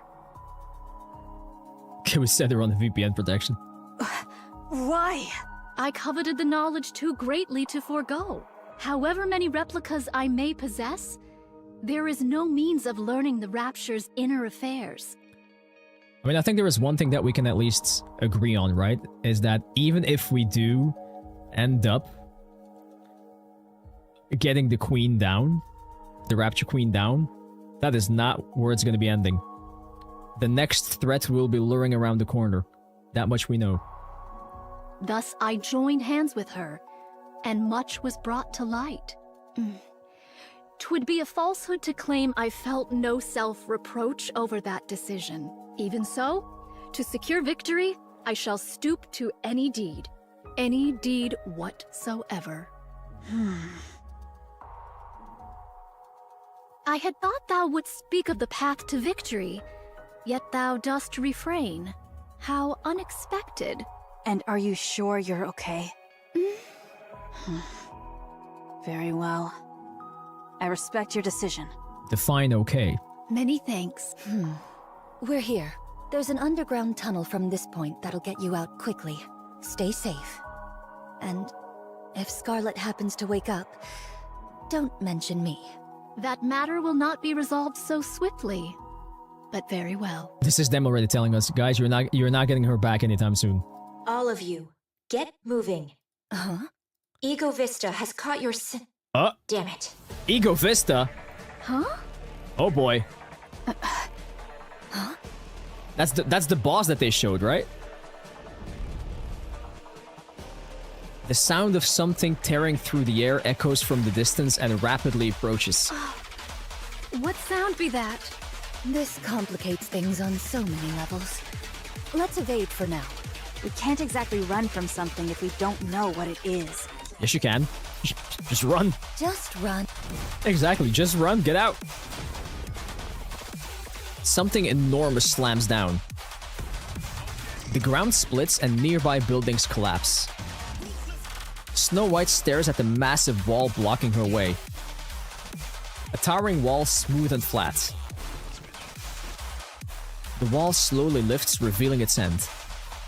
It tapers gradually to a point. A sword. Oh boy. What would the next threat after the queen even be? We just dealt with 6-0. Red shoes.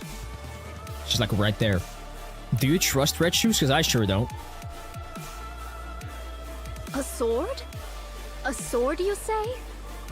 This? The gigantic sword swings again. This time, it comes down aimed directly at Snow White.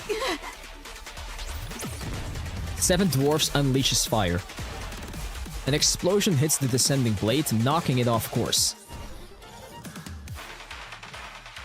Doro. Snow White quickly takes the higher ground. Well, right now she is. But what if you take that threat away? What if the queen gets defeated? Beyond the dust cloud, the vague silhouette of a giant approaches slowly. A sword strike? From that distance? Snow White stands ready with 7 dwarfs, waiting for the dust to clear. As the dust thins, the giant silhouette appears. A wide-brimmed hat, a single sword, wings on her back. Snow White stares vacantly at the form, an unmistakable imitation of someone. And just like Altruia, this doppelganger before her provokes a great sense of rage in her. Oh my god, here we fucking go. This is sacrilege.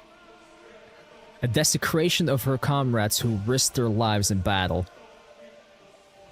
Snow White's eyes blaze as she clenches her teeth.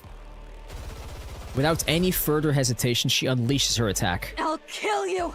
I'll kill every single one of you! Oh shit.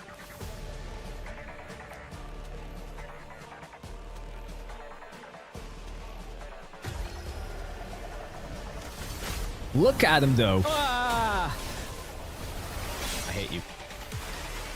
Okay, I mean, say what you want, but goddamn, that boss looks fucking fantastic. Look at him. How cool is that boss? It's gonna go down fast because story mode, but you know. Tell me that they want to preserve beautiful memories of my campus life. How fucking cool is that boss? It's like a biblical angel. I'm not being impatient. Oh. You might maybe want to attack it. Oh wait, there's more, there's more. We're gonna build a wall, they said.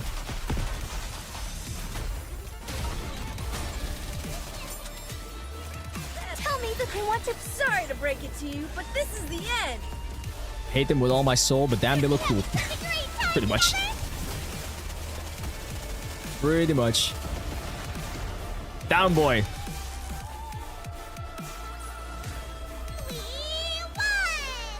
Oh, damn it, there's still so much story to go after this. Crazy. By the way, we reached...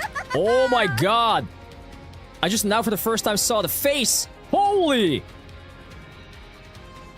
Oh, damn! Look at all the eyes! Shit, that's creepy as hell. Splendid. Truly splendid. Never have I fought so earnestly. Not since the day of my birth. No, admittedly, I am newly born into the world. Interesting design, right? Stop laughing. Get the heavy flamers. Yeah, we need some heavy-duty shit for this. Young Lady Scarlet's and Young Lady Isabel's weapons. Donzo. Hydrate, you bastard, hydrate! See what you mean. I have no more hydrations. I would fain give thee applause. Alas, I only have but one arm. Most vexing. I shall clap with mine mouth instead. Thou shalt have to make do. Clap with my mouth? That's just Weird. You lunatic! I must confess, transforming doth dull the pleasure of the slice of mine blade. 'Tis less like a cut and more a bludgeoning. Only in this body can I truly feel the joy of cutting something down. A poorly made thing, this body.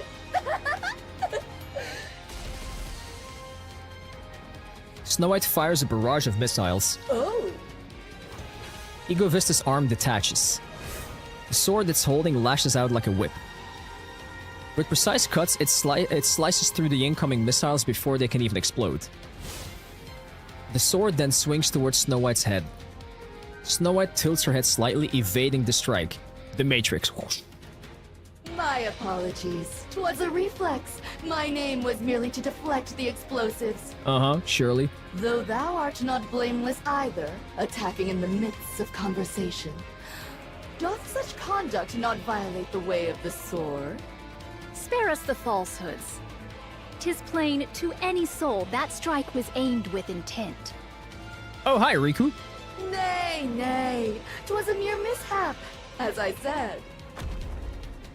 Ego Vista vanishes, then lands between Nayata and Snow White. Ambushes are not my specialty.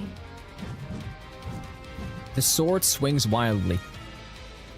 Nayata and Snow White both block and evade, but are grazed and sliced. Blast! Ugh.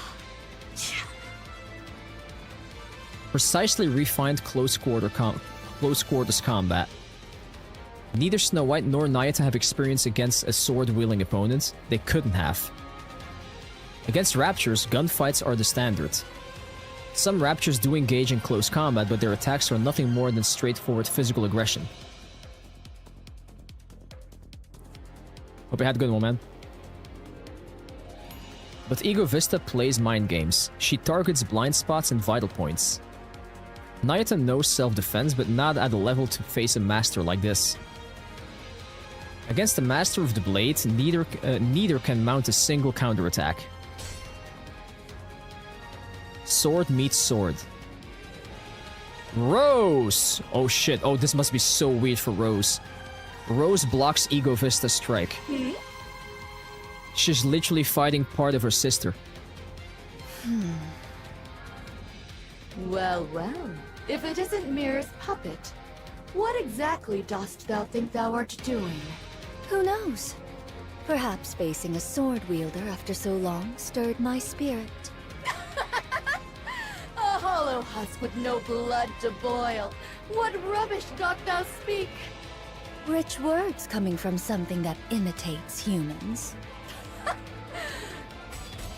Their blades clash.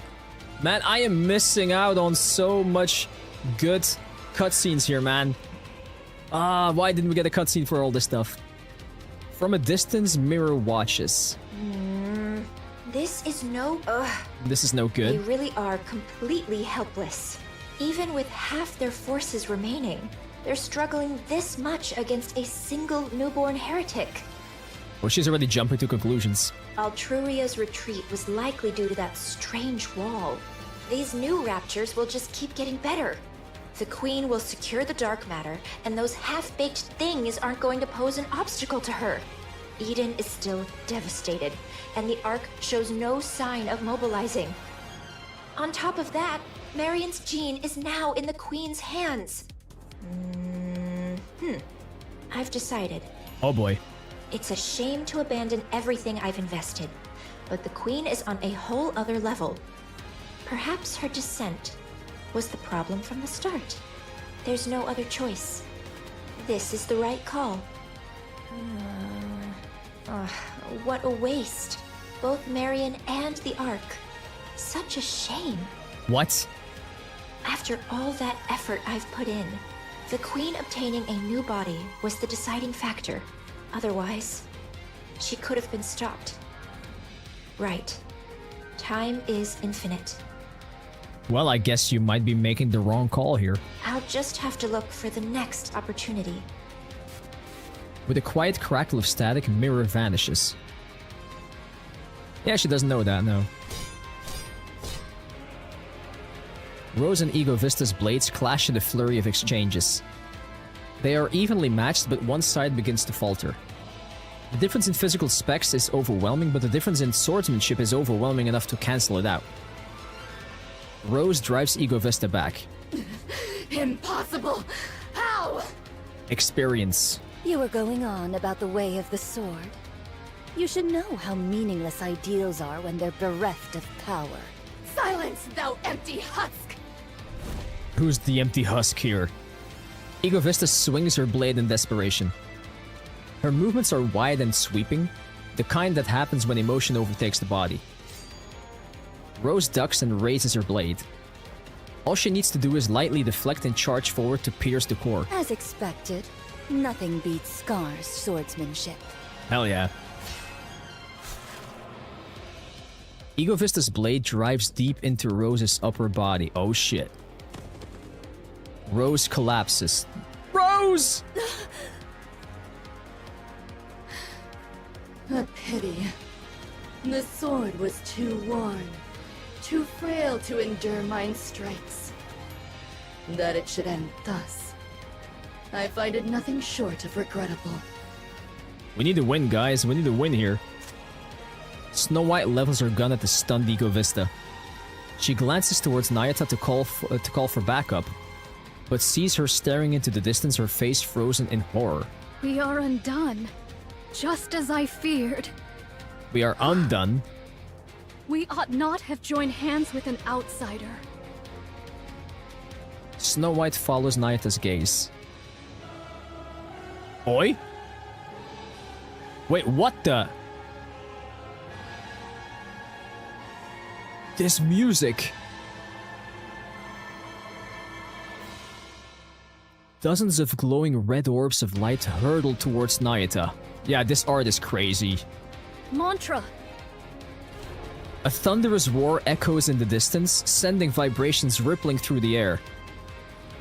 The sounds slowly draw closer. Nayuta, what's happening? I don't know! Mount Mantra and make haste. Retreat, I say. Nayuta! When my replicas perish, their nymph returns unto me. The scores of replicas whose whereabouts were lost here have failed. They met their end whilst afflicted with corruption. Oh boy. Then those lights. Wait. Are those are those her clones? Corruption of nymph. That light yonder. What the fuck? Mine own nymph, now corrupted. It comes for me. There is no evading it. Dude, that's scary, man. Then you... Go at once. No more words. Yeah. Mantra crashes through the wall. Snow White hesitates, she locks eyes with Nayata. Fret not, I beseech thee. There is no shortage of what may replace me. Understood. Snow White mounts Mantra. The beast gallops off. Snow White's gaze turns to the fallen Rose. Ego Vista stares at the ground as if dejected. While Mantra gallops on, Snow White bends down and lifts the battered Rose. With Snow White and Rose aboard, Mantra leaves the area in an instant. Nayata watches the ominous red lights converging on her. Mirror? Things shall not unfold according to thy will. Hell yeah, now we're talking. Nayata presses her palms together, light bursts from her body. Though mine original self be forfeit here, there is no want of replicas to succeed me. So wait, so we're actually losing the original Nayata here? Ego Vista's blade smashes into Nayata's face, sending her tumbling across the ground. Nayata's vision swims as she is struck by the flat of the sword. Ugh. Self-destruction? How terribly boring. Mirror! Tomorrow I already had plans to do something else, so I might have to, schedule it differently. I've had my eye on you for quite some time. There's no better material for a puppet than you. I've always coveted you for that.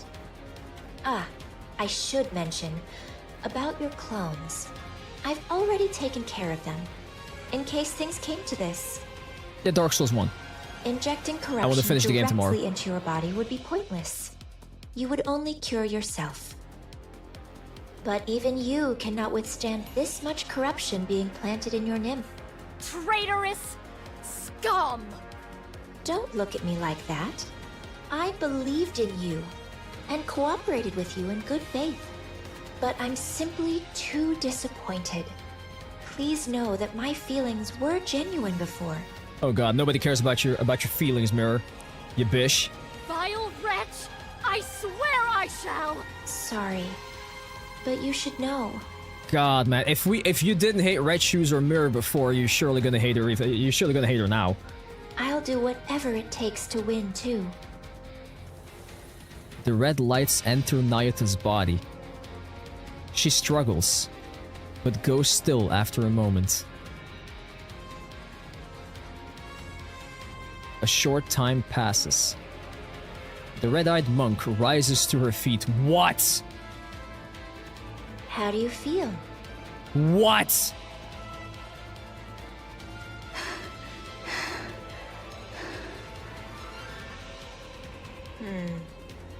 This is exactly why corrupted puppets are so boring.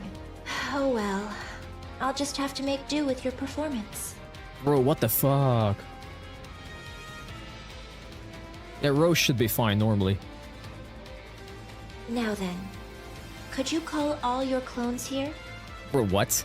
There's something I've been wanting to try for some time. Oh, bro, what? The red-eyed monk sits cross-legged and closes her eyes. Oh, I'm not sure if she factored this in. Light rises upwards. Watching that light, Mirror smiles. Bro, what the hell?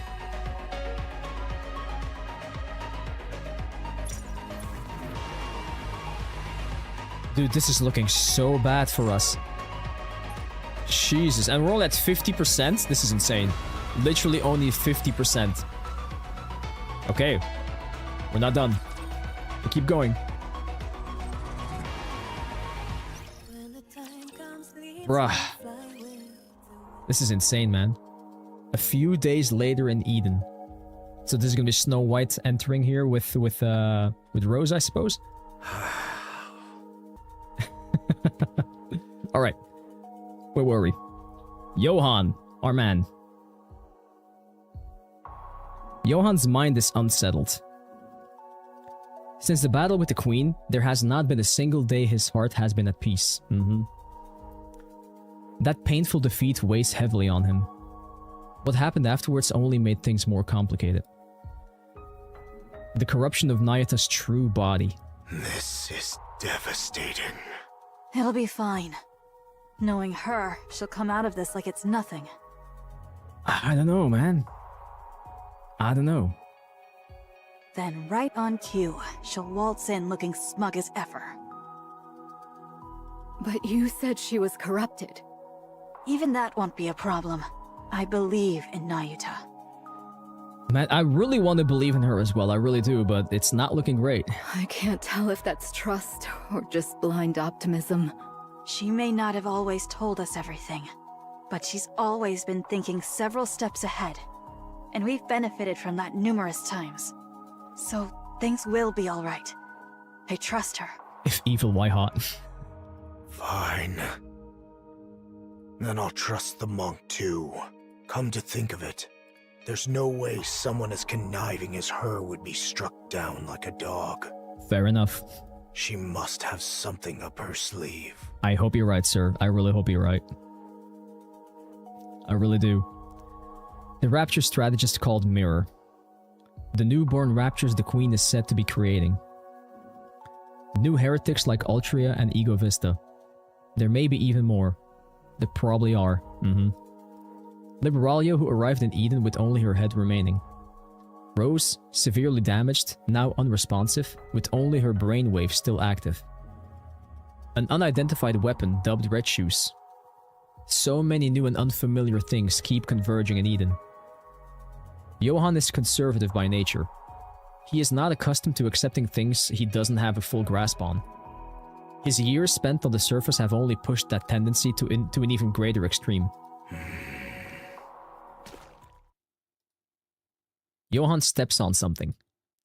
He frowns and slowly lifts his foot. Did Mantra take a shit? Man, if that's the case, I'm gonna laugh my ass off.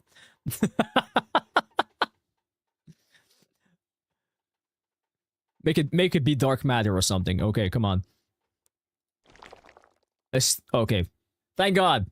A sticky black liquid stretches between his boot and the floor. Johan's head hurts. He is afraid to open the door before him. But he can no longer ignore the noise coming from from outside. After taking a short breath, Johan opens the door. Hey, I told you not to eat every single thing you find. Ayo! The 4 beasts are Johan's problem now. Oh my god. Johan's new squad, it's happening. Sis gave me. Who? Was it Huh? Was it Ziz? No, it wasn't me. Then who was it? Oh, sorry. I gave it to her. Was I not supposed to? She refuses to eat her meals because she keeps snacking all the time. I want a snack too. Come on. Kids should be able to eat what they want. You can't go through life just doing whatever you want. Sometimes you have to do things you don't want to do. Johan, have fun, bro. Wow, you're being all philosophical all of a sudden. This is certainly heavy. See? It's too heavy for you to lift, isn't it? I said it was heavy. I didn't say I couldn't lift it. Yeah, have you watched Snow White? She's called Swole White for a reason. Wow. A pseudo-human like you could lift my pincers? It's no big deal. It's your turn. You want me to lift your weapon? I could do that with one hand. Lol. What the? How do you carry all of this around? With my strength, of course. Nice. The subarm distributes the weight. There's no way you could lift it with strength alone. Huh. You little liar. Even if the weight is distributed, I'm still lifting it with my own strength. A valid point. The total weight doesn't change simply because it's distributed. Fair enough. Allow me, the ever-astute Bahamut, to enlighten you. It's called the Law of the Totality of Mass. There's no such law. So who are we gonna believe? Bahamut or Cecil? I was mistaken. Was it the law of weight conservation? That's not a thing either. Huh. And what would you know about that to act so smug?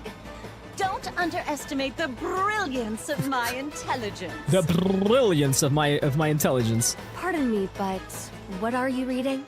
A blank notebook. It used to be a book, but it became blank. If it's blank, how can you be reading it? I, in my infinite wisdom, absorbed all the knowledge in it. Oh, that's how it works. Rendering it blank. I've never heard of such a thing in my life. She absorbed the intelligence of books. Hey, if that would be an actual thing, though, that would be crazy. Wow. Check out her forehead, Cecil. It's so smooth. You could play tic-tac-toe on that thing. Hey! Don't touch my forehead. Goodness, you could practically use it as a mirror. Oh, I thought she was actually going to say that. Oh, thank God. Shiny. It's blind. Oh my God, they're going along with it. Oh, she's going to be angry at them. Ow! My eyes! I mean, the sun is so blinding. Oh, you're looking for a fight right now. Johan is just sitting there like, what the hell just happened in my house? Who are these people? Why is this happening to me?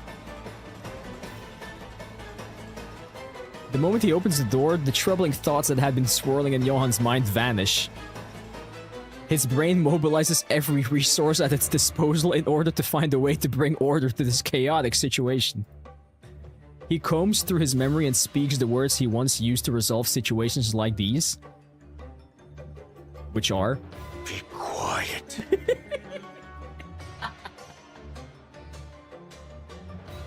Shut the fuck up. Please. My head hurts. But things do not quiet down at all.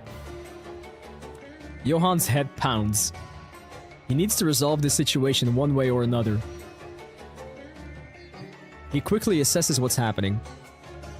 He approaches the source of the commotion, the person whom everybody is shouting at. What is it? Are you the leader? You could say that, for the time being. We need to sort some things out. You call yourselves the Four Beast, correct? Hell yeah. Yes. You're heretics. Yes. Yes! Who created the Queen. Yes! Indeed. And you're her associates. Yes. You saddle up to just about anyone, don't you? Uh-oh. This is not going well. I've been briefed about you ahead of time. You're... Johan is startled by the sudden strange sensation against his leg. Oh, it's the kid, right? No? He looks down. A girl is clinging to his leg. Hug me. It's a trap. Uppies, yeah. My. Just a kid and already taken with a handsome face. Johan ignores the girl and continues. As I was saying, your Hug me. end goal is... I have a hard time believing you helped us out of... Hug me. I said hug me! Goodwill. So I need you to be clear about your intentions. You're aware of who we're going up against. Hug me. Hug the kid already! Johan bends down and lifts the girl up. Uppies! Let's go! He holds her out at arm's length. He's like, Leon! You're like, what is this? What is this thing? He holds her out at arm's length and looks at her. Hug me. I don't know how I'm supposed to hug you. Bro doesn't know what a hug is? Oh boy. Oh boy. Did you never hug your squad? Yeah, never mind. Okay. Just wrap your arms snug around her.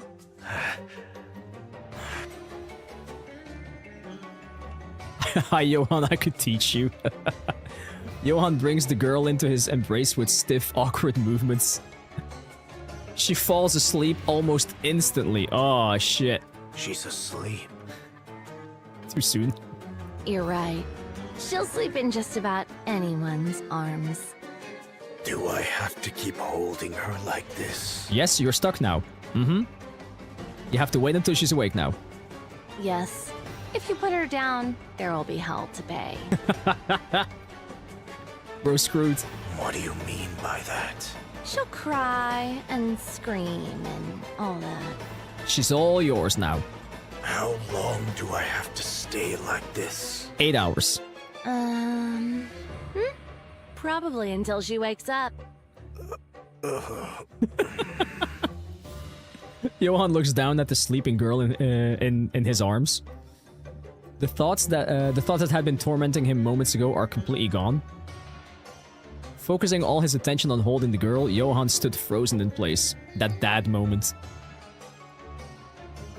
This is the first time Cecil has seen this side of Johan. Well, he didn't exactly choose this side, did he? She bursts out laughing in the end. Oh, I would love to see that. Alright, I have a clear picture of what's going on. We'll cooperate. Do I need to remind you of who we're up against? Uncle Johan. Gotta love it. There's no need. We've met her. So, that was the queen?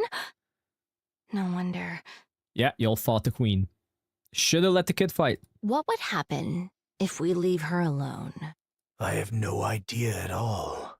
According to Snow White, she's establishing a new faction, which means they intend to create a world of their own. Any notion of coexistence is just a pipe dream. That is true. Leviathan stares at the girl asleep in Johann's arms. That's reason enough. Aww. We're in. Good. So we just wait until the young man contacts us? The young man. When is he gonna get there, man? For now, yes. We've been waiting for so long already. Understood. We'll wait then. Isn't she heavy? No, I've gotten the hang of it. Aw, what a good unk. I see. He's not gonna want to let her go now. Oh no, she's awake already. The girl suddenly opens her eyes wide. She slips out of Johann's arms and runs off. And she's gone. Well, that was fast. Hey! Where are you going? Power nap. Honestly, I can't take my eyes off her for even a second. That's kids. Leviathan chases after the girl. Johann rises and follows. Without the slightest hesitation, the girl runs through Eden. Something about her path she's taking strikes Johann as strange. The place she is heading to is clearly... Oh.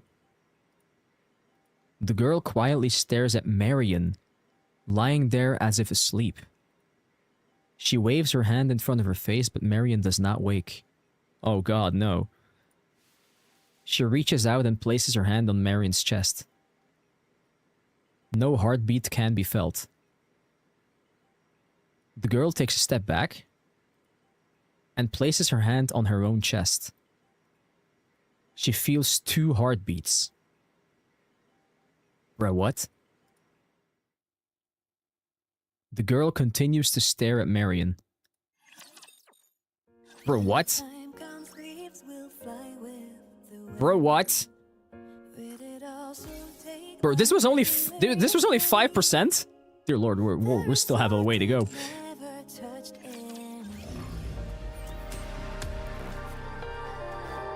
Okay, we're going downtown.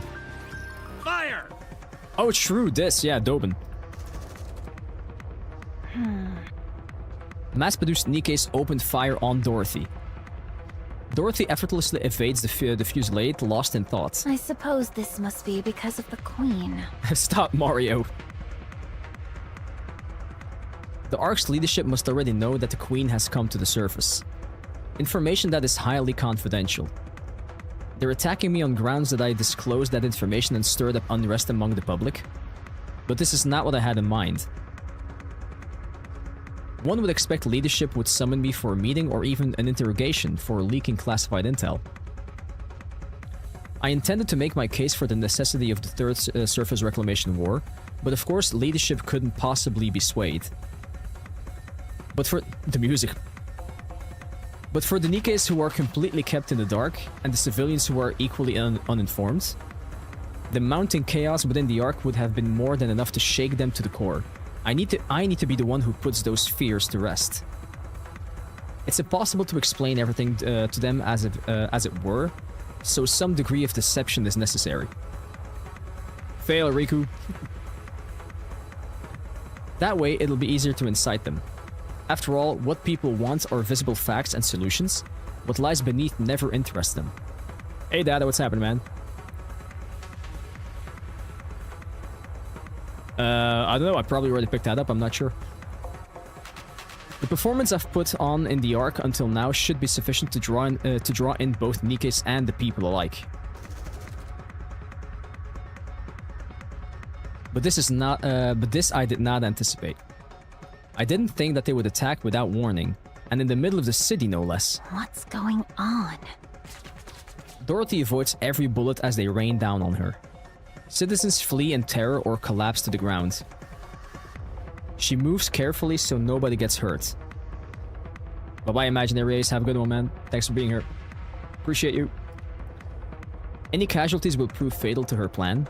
Even the slightest association to what is going on would be just as fatal. You little rat!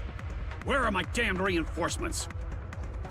The moment Dobin's shout fades, a swarm of mass-produced NIKKEs appear. They opened fire on Dorothy. This could go on forever. Dorothy dashes forwards. Weaving the hail of bullets, she charges towards the mass-produced NIKKEs spread into formation. She does not draw her gun. Instead, using hand-to-hand combat, she takes them down one by one. With no knowledge of close-quarter combat, the mass-produced NIKKE begin to fall. Dorothy keeps dropping them without pause. Damn pilgrim! Deputy Chief Dobin. Oh, so you know who I am? Yes, it's you, Mario. Information on the Ark's Commander-in-Chief and Deputy Chiefs is kept well hidden, with the exception of yours, so it left an impression. His information is not that important, apparently. Given the low security clearance, I assume you aren't anyone of significance. Am I right? Yes, you are. I don't believe we've formally been introduced. Have we met before? Like hell we have. Then, do you hold some personal grudge against me? Maybe a little bit.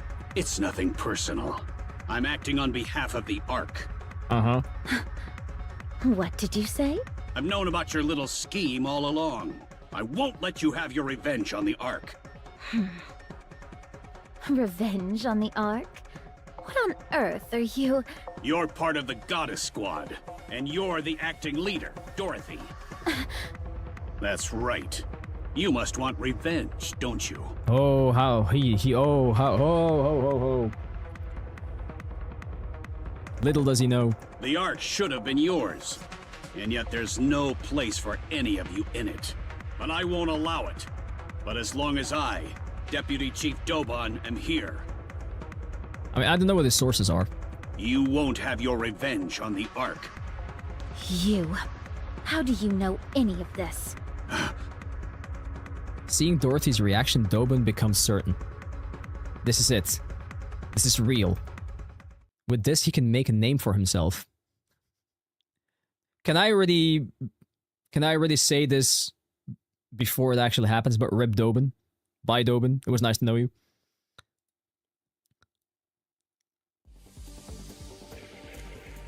Oh, I did not want to have backstory on Dobin right now. I'll be very honest. I don't really care that much about Dobin. I don't really need that much backstory. Please make this short, please. Dobin was born in the Outer Rim. He was raised by a father who dealt with the stress of a difficult life by beating him mercilessly. To this day, he's unsure if that man was truly his father. Perhaps that was simply what he wanted to believe. One day, while living hand to mouth as a collector, a central government soldier showed up in Ephialtes. Everyone groveled before the soldier and obtained food and money in return. Yeah, you're not gonna make us feel sorry for Dobin, exactly. It's not gonna happen. Yeah, chapter 46, yeah. Dobin polished the soldier's shoes out of curiosity and the soldier gave him money. It was a large sum that would take 3 months of work to earn, but he turned down the money. Instead, he smiled and claimed he was only doing this because he enjoyed it. The soldier took an interest in this young boy from the Outer Rim, one who expected no compensation. Free labor, hey! The soldier stayed in Ephialtes for a month, putting Dobin to work as his errand boy. See? Dobin served the soldier wholeheartedly, and on the last day the soldier said to him, "Come to the Ark and serve me there." And so, Dobin received an identification chip from the soldier and headed for the Ark. 1 month was all it took.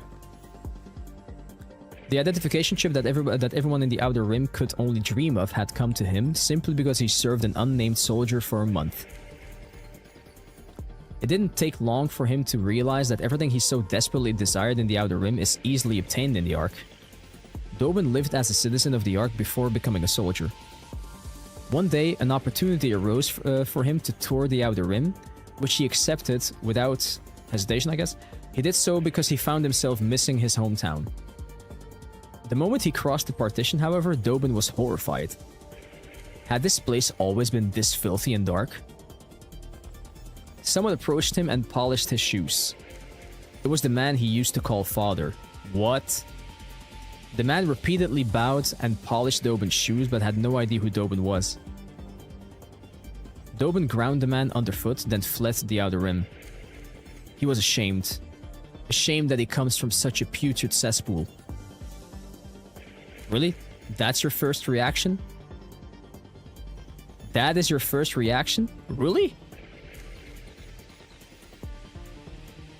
This is the man that you used to call a father.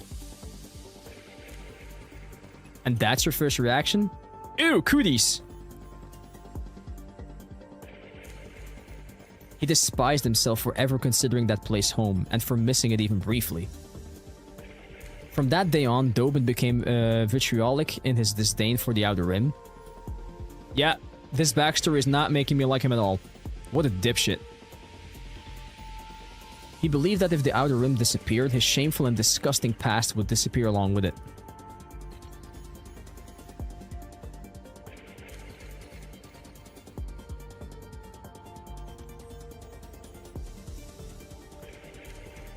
He proposed a policy targeting the Outer Rim to the central government. The policy called for isolating the Outer Rim and designating it as a dumping ground.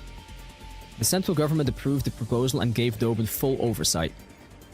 From the central government's perspective, the Outer Rim had always been a headache, but abandoned or not, it was still a place where people lived. But the policy Dobin presented treated the Outer Rim as a place bereft of inhabitants. If things went wrong, all blame could be pinned on Dobin. From the central government's perspective, there was no reason to refuse. The Outer Rim began to turn into hell.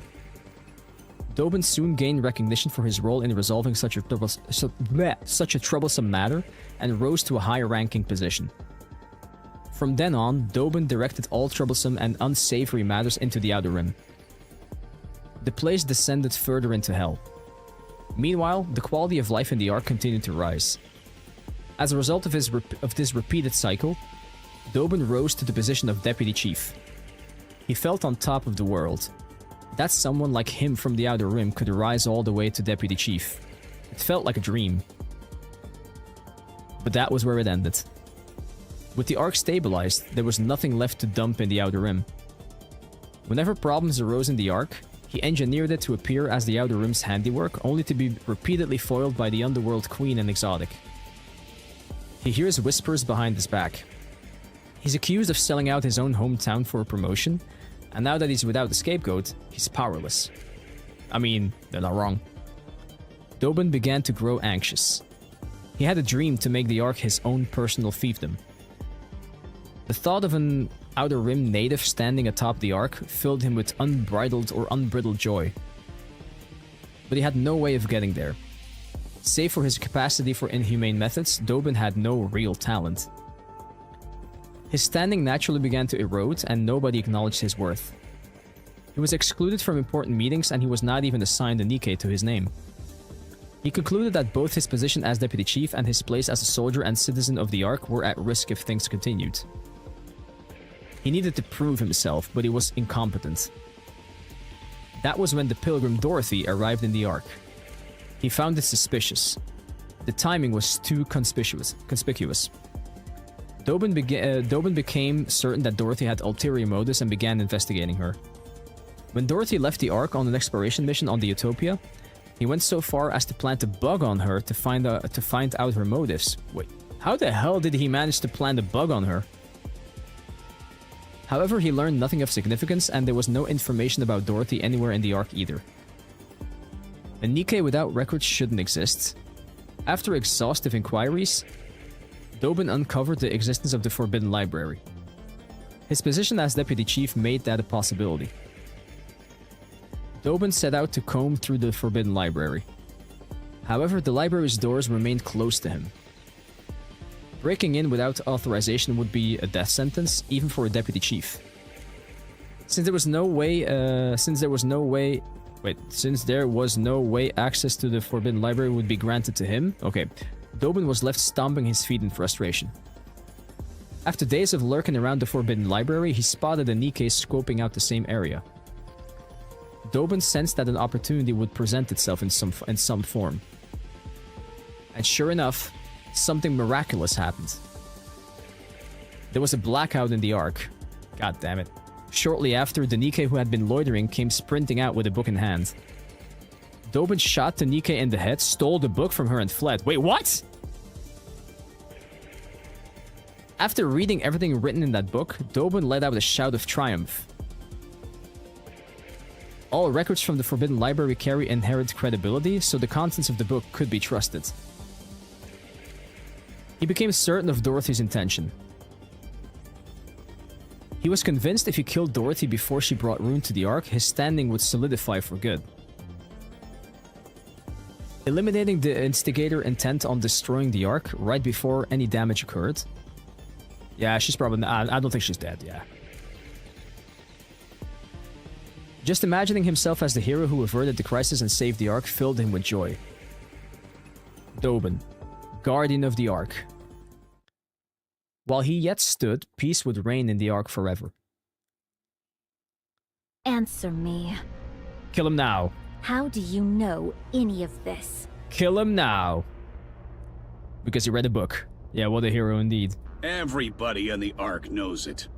No, they don't. Why would you think I wouldn't know? And I know your motives, too. Goddess Squad. The goddess of victory. Humanity's hope. To think that you, one of those legendary NIKKEs, could have fallen this far. Pathetic. The fuck you talking about, Dobin? Shut your pie hole. We will never hand the Ark over. I see. So you knew everything. So, what exactly do you plan to do about it? Isn't it obvious? I eliminate the outsider who is trying to throw the Ark into chaos. Just one question. Why did you abandon us? What are you talking about? You're the ones who abandoned the Ark. Huh. What did you say? The Goddess Squad demanded far too much. You wanted half of the Ark and the seat of supreme authority. You sure about that? Free control over military forces and unlimited access to resources. Are you sure about that? You didn't care what happened to the citizens. All you did was constantly demand things to serve your own interests. You even threatened us with force. Fortunately, the Ark was strong enough to withstand your assault. And when defeated, all of you fled the Ark with your tails tucked between your legs. Yeah, what the hell? What book did you read? Despite all that, to honor your contributions, the Ark elevated you to myth, enshrined you in monuments, and passed down your legend through the generations. Man, such lies. Instead of gratitude toward the Ark, this is how you repay us? Yeah, you read their fanfic for real, yeah. Have you ever seen us in person? No. I was born in the Ark. I see. So that's how they recorded it. Welcome back, Sasha. Rage bait for real? Dobin knows the whole truth. He knows the author of the Forbidden Library foresaw what fate awaited the Goddess Squad upon entering the Ark. He knows they took on the role of villain to prevent the goddesses from being forgotten, and he knows why the goddesses ended up the way they did. But he doesn't say anything. Oh, bro is just... Oh. So he's deliberately not saying the truth? So he does know. Okay, he's baiting, yeah. What matters now is for him, the Ark's deputy chief, to take down the outsider blinded by revenge and earn his merit. So what he said just now is basically what he would say if he overcomes Dorothy. That's the story that he would say, that he would tell. So he must provoke Dorothy into giving him what he wants. All units, this pilgrim has spread misinformation and incited unrest in the Ark. I want her captured alive. We must keep the Ark safe.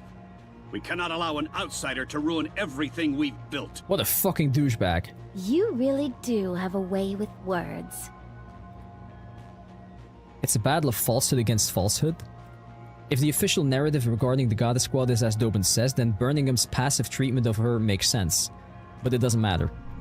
The people whom Dorothy must appeal to are not those in power, but the Nikkes and the ordinary citizens. Dorothy holds irrefutable proof that the Queen has descended. Whatever Dobin says about Dorothy's true intentions will crumble before the undeniable physical disaster looming ahead. Both lies will come to light one day, but Dorothy is confident in her victory. If the truth is great enough, even the small lies mixed into it have a way of becoming the truth.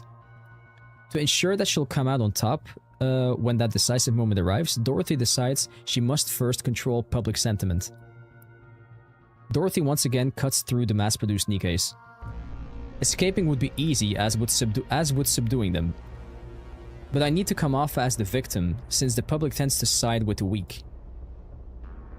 I'll give them just enough of a fight and take some hits, but under no circumstances can I use my gun, and there must be absolutely no casualties. I must appear as someone targeted by the central government for telling the truth. Dobin's actions here will give the Nikkes and citizens the confirmation that they need. Confirmation that the central government has been deceiving the Ark. Why don't you take a nap? Okay. Dorothy drives her knee into the abdomen of a mass-produced Nikke. The Nikke bends at the waist and groans. At that moment, the mass-produced Nikke explodes, sending fragments scattering everywhere. Well, that's not what she wanted to do. Huh? The Nikke beside her charges with a shriek and lunges at Dorothy, trying to grab her. Dorothy reflexively dodges and breaks the Nikke stance. What are these suicide bombers? The Nikke staggers, then detonates. The hell's going on? How are we only at 60%? Holy cow, man. This is crazy. Dorothy brushes a fragment of something from her face and realizes with certainty. Huh.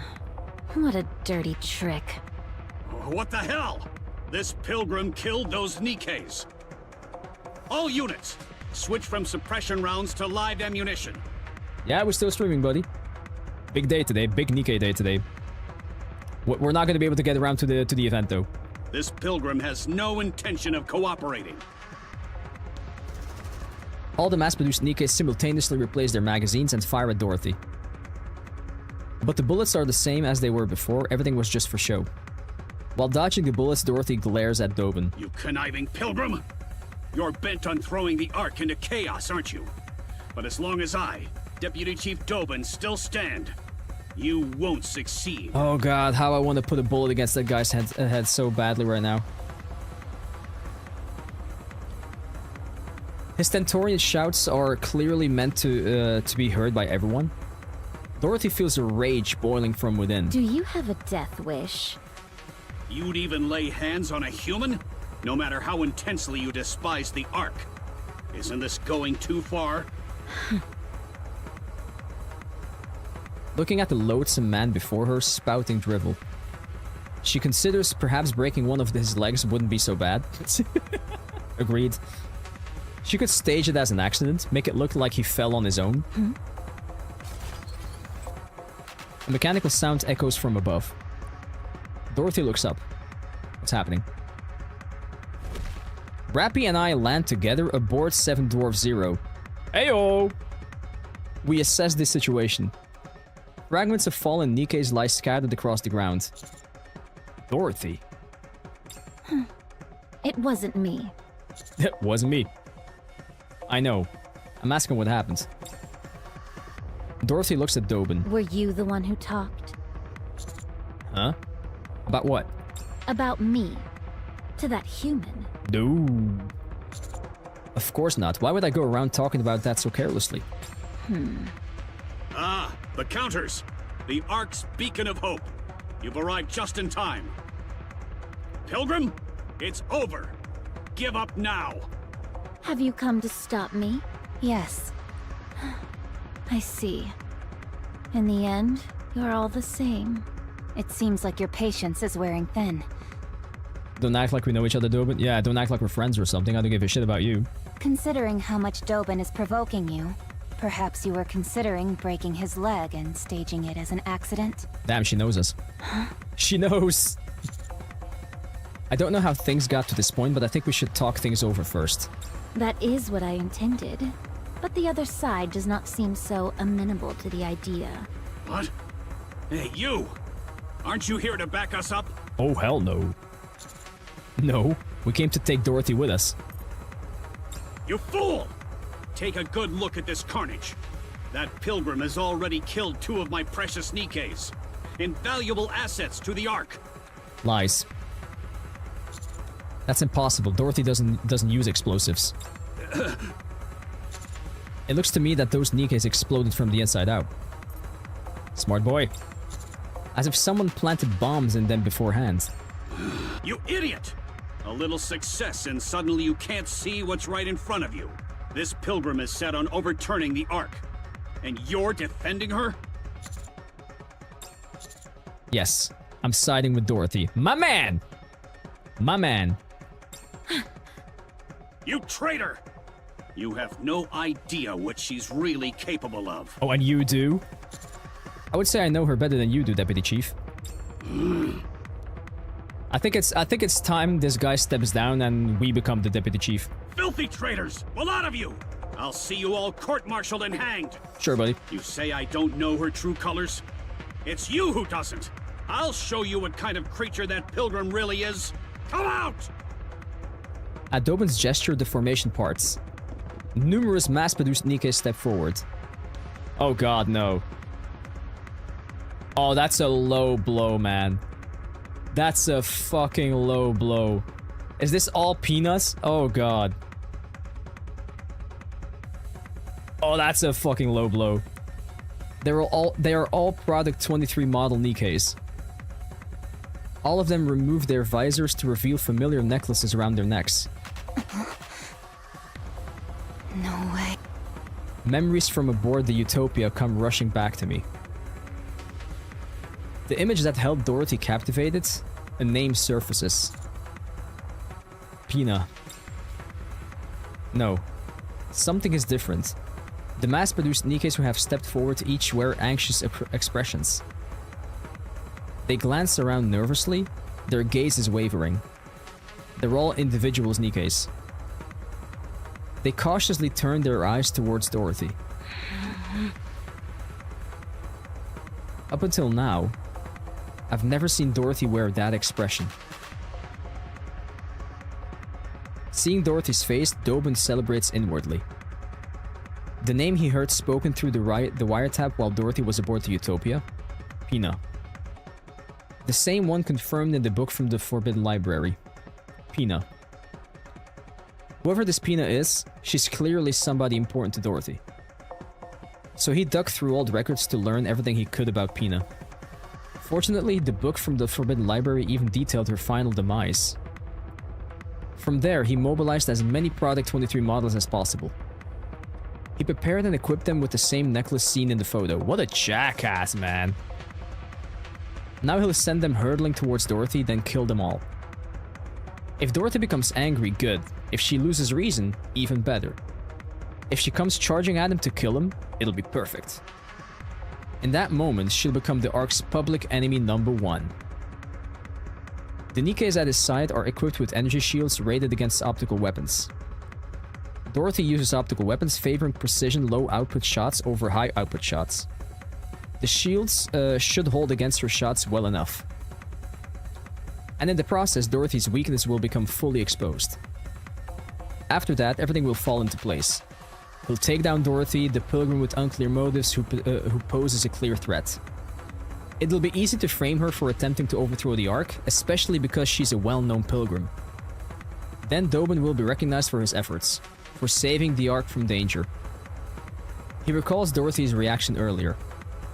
Drunk on the feeling of victory, Dobin smiles for the first time in a while.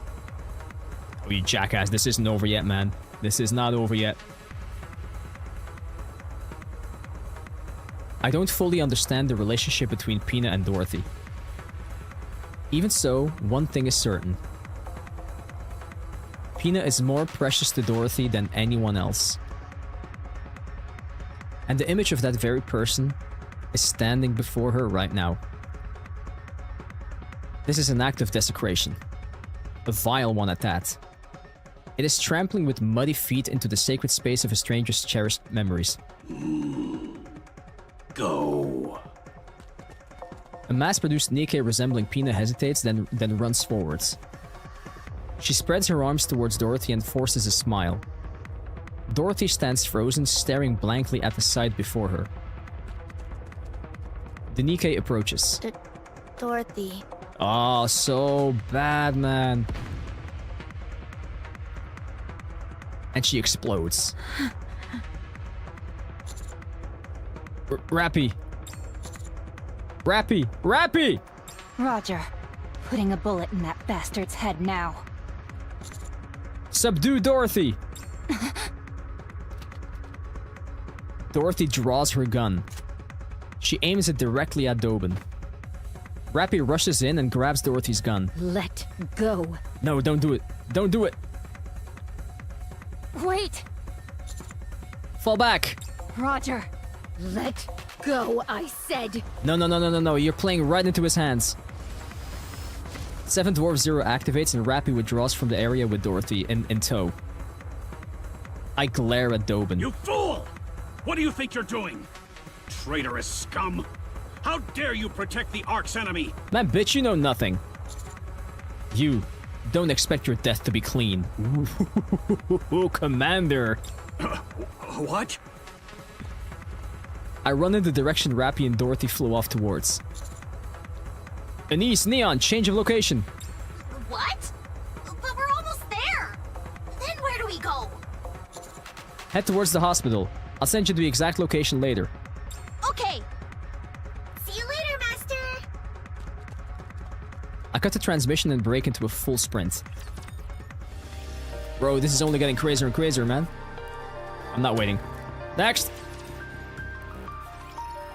I need more. I sprint in the direction Rappy and Dorothy are headed. The only problem is I don't know the exact location either. There! Rappy tumbles across the ground. From a distance, I catch sight of Dorothy pulling away. Commander! This music though, man.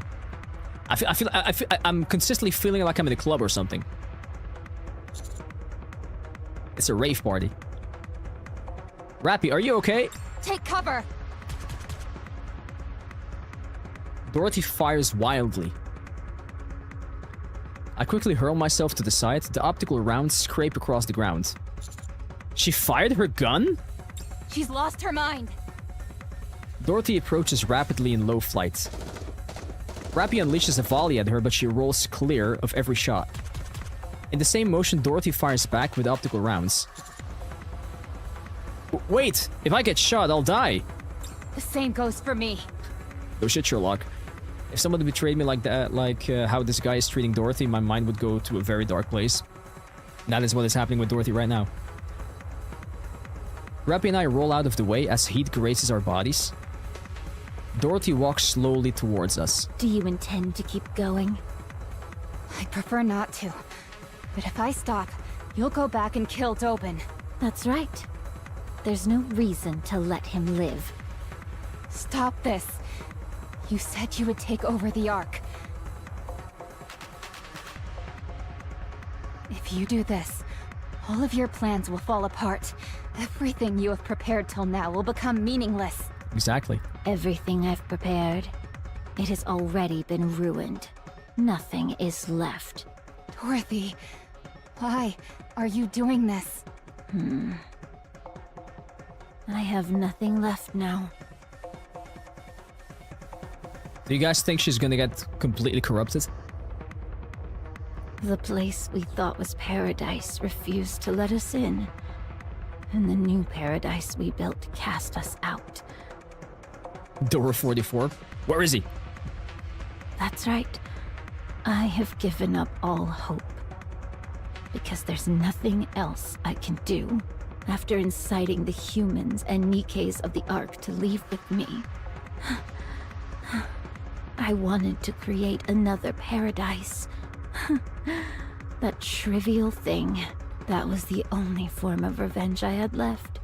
That was the only thing left I could take from the Ark. I've tried to endure all this time because it was all I had left. But what I can't endure is that. I think she needs a new purpose. Dorothy, come with us. Let's defeat the Queen together. You're asking me to join forces with the Ark? No, I'm asking you to join forces with me, not with the Ark. You heard what happened from Snow White herself. What was done to me.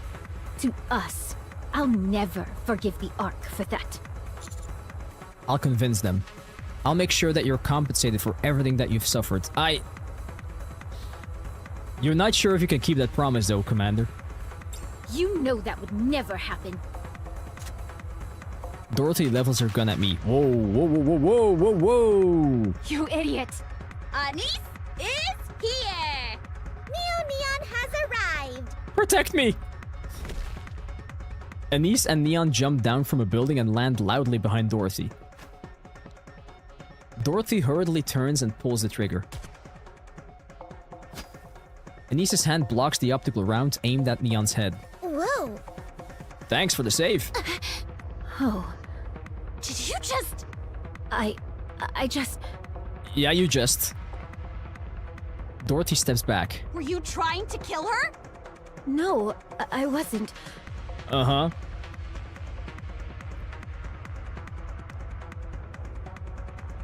I'm sorry. Dorothy! Hey, are you okay? I don't think she's okay. Are you okay? No, she's not okay. Is anybody okay here? Thud, thud, thud, thud. Numerous footsteps send tremors through the ground. Hey, Silver Seraph, what's happening? At the forefront are Product 23 models. Oh no, here we go again. Well done, Counters. Hold her right there. Stop!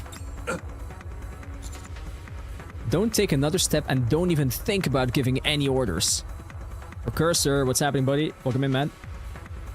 You son of a... Counters. We protect Dorothy. Roger. Got it. Firepower! Firepower! Firepower! We face off against Dobin's forces with Dorothy standing behind us. Go! The mass-produced NIKKE is leading the formation exchange nervous glances. Go, damn you! I said go! Go and fight! They don't wanna. The leading Product 23 models charge forwards. With frightened expressions, they rush towards us. Fury fills Dorothy's eyes. Rappy quickly grabs both of Dorothy's hands. Anise and Neon follow suit, grabbing Dorothy's shoulders. Why is she so strong? Don't worry, there's 3 of us. Uh-huh. Let me go. I'm going to dispose of that trash. I know he's a piece of garbage, but you have to hold back. Hold back? You want me to hold back? We want you to hold back, yes. Imagine if those NIKKEs looked like Red Hood. She makes a valid point, though. Could you really hold back? I love how Dora's having a moment of introspection and then this rave music is playing, right? That piece of filth! How dare he use Pina! My most precious wings! Aw, Veronica. He's desecrating her memory! He doesn't know the first thing about what happened, but he dares trample on my memories to provoke me? My most precious memories! You already know he's trying to get a rise out of you, so don't fall for it. Yeah, you're playing into his cards. I don't care! I'll play right along. Very well. I'll take the bait! No, don't take the bait. No, tell me more about mass-produced Red Hoods for science. We're not gonna go there, buddy. Are you being serious? Dora only has valid crash outs, to be honest. I agree. Yes, I'm serious. Hello, future Dimmy. I'm at the first hour of the stream. I'm coming for you. Oh boy. Good luck. You're gonna you have a long time to go, buddy. Welcome in, by the way. Rappy releases Dorothy's hands. She looks straight at Dorothy and says, Okay. Then let's kill him together. let's kill him together? What? If that's what you want, then let's kill him together, Dorothy. Dobin be standing there like, wait, what? I'm your friend, so I'm in this with you. What are you saying? The ground shakes from the thunderous footsteps. In an instant, countless NIKKE surround us. Deputy Chief Birmingham arrives with reinforcements in tow. Birmingham, buddy. Everyone, stop. Take a breath, Grandpa. Dorothy, drop your weapon. Bro ran 5 feet and he can't breathe anymore.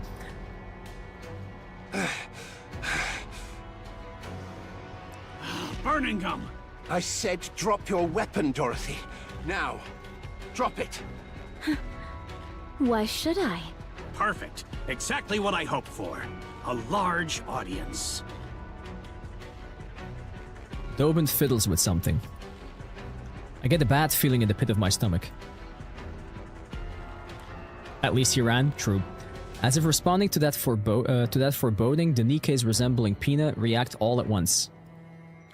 They tremble as if in agonizing pain. Moments later, all the mass-produced NIKKEs have red eyes. Oh god. I can run 3 feet and already on the ground to me. Dorothy. Dorothy. Oh my god. Freaking dipshits. Oh, I recall, man, I recall. Dorothy. Dorothy. Dude, this is bad, man. Dorothy. Dorothy. They begin calling her name in metallic, distorted voices. Are they corrupted? Go on then, Pilgrim. Shoot. Isn't shooting corrupted NIKKEs your specialty? Bro, my god! Right there, in the middle. Right there in the middle. Right between those big-ass bros.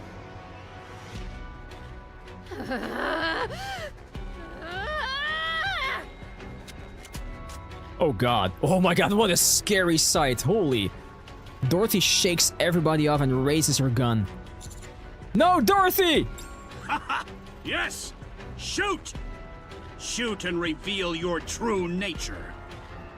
Several mass-produced NIKKEs shield Dobin. Dobin laughs. It worked. She took the bait. Dorothy's gun trembles. She glares at Dobin, her face filled with rage. Then...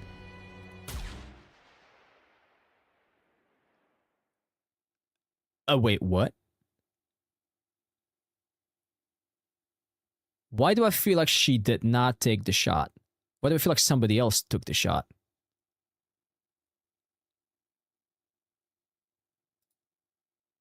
A hole opens in Dobin's head.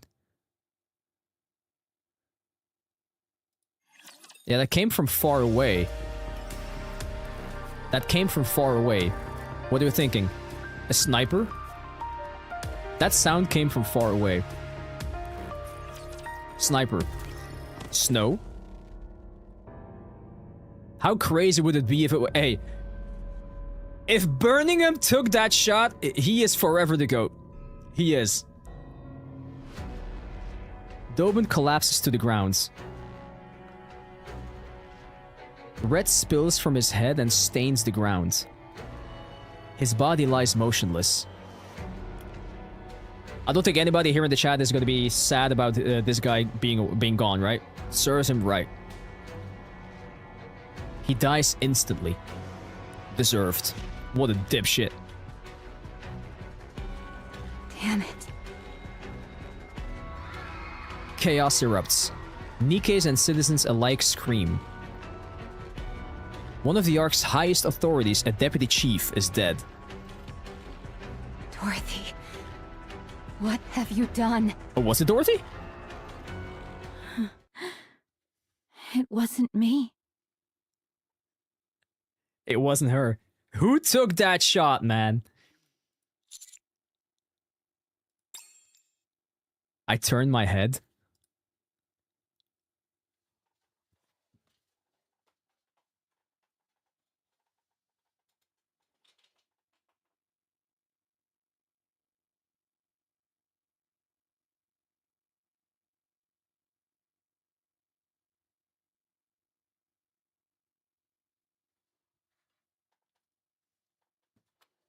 What the actual fuck? What? Bro, did he know all along what he was up to? Okay. Anything bad I have ever said about Birmingham in the past, all gone. All out the window. Freaking goat, man. Freaking goat. Oswald is proud. Oswald is goddamn proud of this moment right here. What a fucking win. Smoke rises from Deputy Chief Burningham's gun. Deputy Chief. Enoch. The verdict. I will deliver my judgment. The mobilization of private forces within the Ark without majority consent of Ark leadership. The use of live ammunition within the Ark without majority consent of Ark leadership. The use of explosives within the Ark without majority consent of Ark leadership. The meaningless sacrifice of NIKKEs in the process. Fuck yeah, bro's being judged. Furthermore, the misuse of classified research data pertaining to corruption without majority consent of Ark leadership.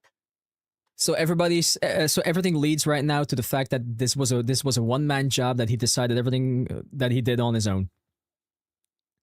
All of the above actions resulted in considerable disorder within the Ark. I hereby deliver judgment on Deputy Chief Birmingham, who carried out summary execution on Deputy Chief Dobin, the party responsible for the aforementioned offenses, on the basis that Deputy Chief Dobin's actions could have further destabilized the Ark's already turbulent situation, on the basis of the potential threat posed to the Ark by unnecessarily provoking the Pilgrim, Dorothy, an unidentified entity. Furthermore, on the basis that Deputy Chief Dobin held no meaningful influence over the Ark's current operations. That is true. Bro meant shit. I hereby rule Deputy Chief Burningham's summary execution of Dobin a justified act. Fuck yeah. Please note that this ruling factored in the special circumstances of the situation being treated as wartime. What a fucking win this is, man. Phew. Justice has been served, guys. Good. That's a relief. Yes, it is. Birmingham, who is drenched in sweat, looks at Dorothy. Dorothy stares back with a shocked expression. A real relief. Birmingham surveys the NIKKE filling the streets and the citizens watching everything unfold from a distance. Then he whispers to me. Help me put the NIKKEs and the citizens at ease. What? Why don't you do it yourself? I'm not good with crowded places. Guys, can I get an 07 in the chat? Can I get a fucking 07 in the chat? Birmingham, you're the man, man. You're the fucking man. Respect points plus 100. I swear to God, that was insane. Very well. Bro's an introvert. A private call comes through from Enoch. I will dispatch personnel to retrieve the body of the former Deputy Chief Dobin. I liked him more after finding out who his grandpa was. I think he went a lot of people. Additionally, I will request that Elysion treat the NIKKEs afflicted with corruption. They should be treatable with the Vophouse we have secured. So you knew about this? Yes, but I am the only one who does, so there is no need for concern. Good. I'll leave it in your hands. Very well. I look around. I see the trembling eyes of the countless NIKKEs and citizens. At the end of their gazes, Dorothy stands. I take a deep breath and point at Dorothy. This is Dorothy, the second leader of the Goddess Squad.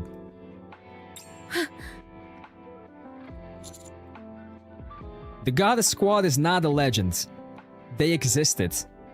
And their leader stands before you right now. What on earth are you saying? The truth. Dorothy is innocent. I can vouch for her. You all know what Dorothy has done for the Ark in its time of need. I will personally guarantee Dorothy's safety. As the commander of the Counters, the Commando Unit. Former Deputy Chief Dobin, he attempted to frame and execute Dorothy. His motives are currently under investigation.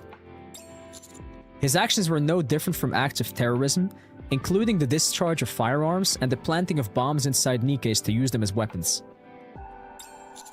He was executed by Deputy Chief Birmingham. Should I say more? Do I need to address what Dorothy or even what Dobin said? As I mull these things over, my eyes meet Birmingham's. He suddenly shakes his head. This is all I can share at the moment. Further details will be provided in a statement from the central government. From here on, please follow any directives issued by the central government. Thank you. The commotion begins to settle. Dorothy. Who gave you the right to talk about me like that? Never satisfied this woman, is she? We did all this for you, Dorothy! How about a little thank you? How about that?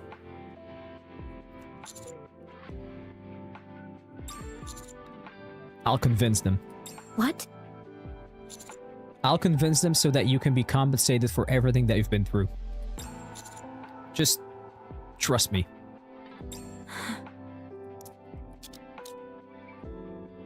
Handcuffs are placed on Dorothy's wrists. Wait! This is just for show. She did discharge a firearm in city limits after all. Besides, do you really think this metal scrap can actually restrain her? Not even close. Of course not. For now, we'll hold her at the rehabilitation center for NIKKEs. We can talk there. Very well. She agrees. Oh, and by the way... Yes? Imagine he says right now, congratulations on your new job as new deputy chief. That'd be something. Well done. Thank you. In times of chaos like this, it's more helpful to convey just the immediate situation than go into detail. It also buys us time on our end, which is even better. We got 240 viewers? That's crazy. Thank you guys so much. Thank you, YouTube. You're still a little rough around the edges when it comes to knowing when to cut things off, but you'll improve. Thanks. Anyway, go inside and rest. We'll talk again soon. Understood. Thank you, sir. Also, sir, may I just add? You're a fucking Giga Chad. All the respect. Dorothy. Yes? Behave yourself. And don't cause any trouble at the rehabilitation center. Telling Dorothy to behave herself. Can she even do that? I'll hook you up with some outside food. Any magazines you want, just say the word. You three are absurd. You love it. And yes, they are. Damn, man. 75%. It's still not over. There's still more awesomeness to come. Hell yeah. Back in the rehabilitation center. Okay, here we go. What kind of magazines? Not the ones that Rapunzel reads, if that's what you're wondering. Dorothy and Birmingham stare at each other. After more than 10 minutes, Dorothy begins to grow restless. Just as she is about to speak, Birmingham opens his mouth. You were too hasty. Inciting NIKKEs and citizens to rise up toward a third surface reclamation war. Did you really think that would work? All of you were dragging your feet. It was frustrating. So the Queen really has descended? Yes, she has. Then the destruction of Eden must be true as well. Of course. And you really are Dorothy of the Goddess Squad? Yes, she is. Yes. Right. I've known that all along. What? I knew you were Dorothy of the Goddesses from the moment we first met. I knew those in the Ark regarded us as legends, but I didn't expect a deputy chief of all people to buy into it. When we first met, you asked me something. You mentioned someone's name and asked if I knew it. Oswald. Yeah, I've heard that name somewhere before. Yeah. He was my grandpa. He's my grandfather. Oh, man. Although not by blood.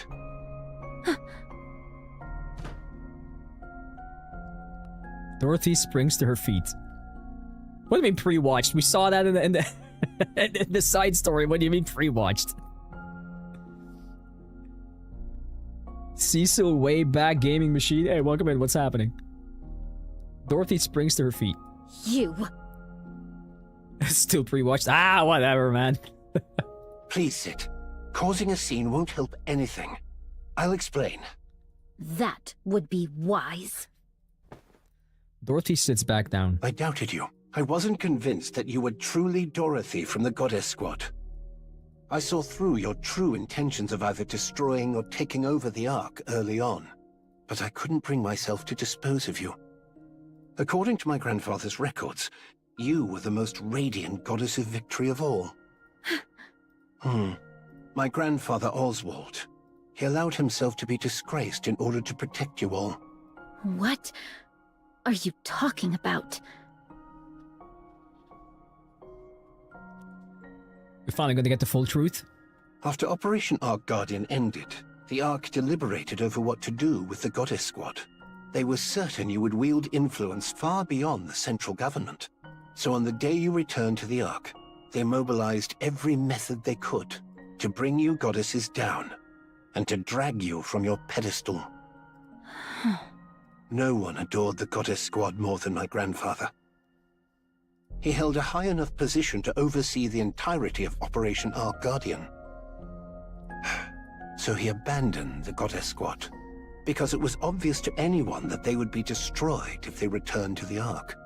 You honestly expect me to believe that? It's true. I know.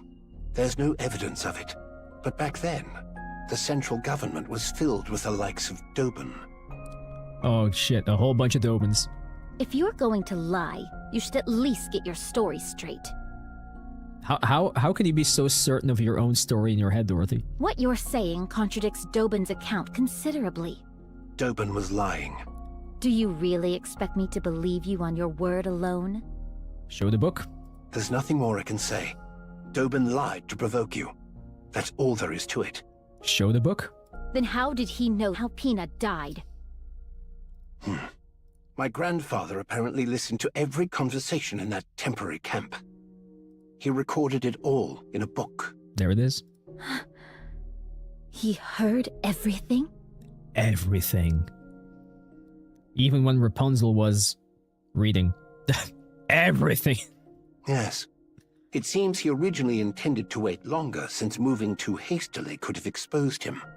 But after what happened to you, he moved up the schedule. Because he feared the goddesses would crumble. Why didn't anyone say anything? How could they? If what you're saying is true, why did he abandon us instead of telling the truth? Because even if he told you that entering the Ark meant you would be placed on trial, destroyed politically, and buried under false charges, you would still insist on coming to confirm it for yourselves. He's not wrong. That was how deep your trust in the Ark ran, after all. It's true. If he'd told you that there was a problem in the Ark, and that he'd contact you later, you would never have left the Ark's entrance, because your concern for the Ark ran that deep. From my grandfather's perspective, he needed a lie that was convincingly realistic. A lie that would keep you away from the Ark, even if it bred hatred, rage, or a thirst for revenge. Even if it meant you would one day return to exact that revenge. He wanted to make sure you never wished to set eyes on the Ark again. Then why didn't he call us back afterward? The Ark had long been dominated by VTC, and VTC would never have tolerated your existence. There was nothing he could do. since they were too powerful. So my grandfather filed a false report saying the Goddess Squad had deserted. Later, after VTC was destroyed, the situation improved. But too much time had passed at that point. There was no way to find any of you. Later, when VTC was destroyed by Keanu Reeves, by John Wick. Hey, Nico, what's happening? Then that means you knew what we went through. He does. You knew my true identity when I came to the Ark, so that means you knew of my objectives too. Then why did you stay silent? Did you want to humiliate me? As I said before, I doubted you. It was far too obvious that you had come to the Ark for revenge after being abandoned like that. So I kept watch this whole time, to determine whether you were the Dorothy of the past, or the Dorothy of the present, blinded by revenge. Well, I think she's like still 60% on the revenge side. Maybe a little more. And I came to a conclusion. Your grandfather would have been heartbroken to see what became of the Dorothy he once knew. Probably, yeah. Hey, Shade. But you know what? The only reason I'm this way is because of you. I'm sorry. Dorothy freezes. What did you say? I can't speak for the entire Ark, but I apologize. I didn't come here for an apology. Yeah, but it hit, didn't it? The apology landed. That landed hard. Dorothy, what do you want from the Ark? The Ark. I want to seize it and get my revenge. Is that truly what you want, though? No. You cannot. As I said, I reached a conclusion after observing you. And my conclusion is this. You won't act against the Ark. I could reduce the Ark to ruins right now if I wanted to. But you don't want to. Perhaps. But you won't. You had the power, the ability, the charisma, and yet you didn't. She's so hung up in this cycle of loathing and self-loathing that she keeps trying to convince herself she wants revenge, but all she really wants is just to be loved. You deliberately took the long way around. You saved the Ark from the brink of ruin That's beautifully said, by the way. You were happy when NIKKE's and people thanked you. As you said, you could have had your revenge at any moment you wanted. But you didn't act on it. Watching you fail to fire a single shot at Doben was what convinced me. You can't do it. Because you are a goddess. The goddess of victory. He said the thing. He said the thing. That's why you cannot do harm to the Ark. It's pitiful in a way. You dreamed of revenge for such a long time, yet you soften immediately at the slightest recognition and respect. Called out. It's regrettable. And yet you cannot help but love NIKKE's, humans, and humanity itself. It's truly sad that you're destined only to be used by others, despite having the wherewithal to take revenge, yet unable to go through with it. How foolish of you. Why, who are you to talk to me like that? And that's precisely why. You're still the goddess of victory.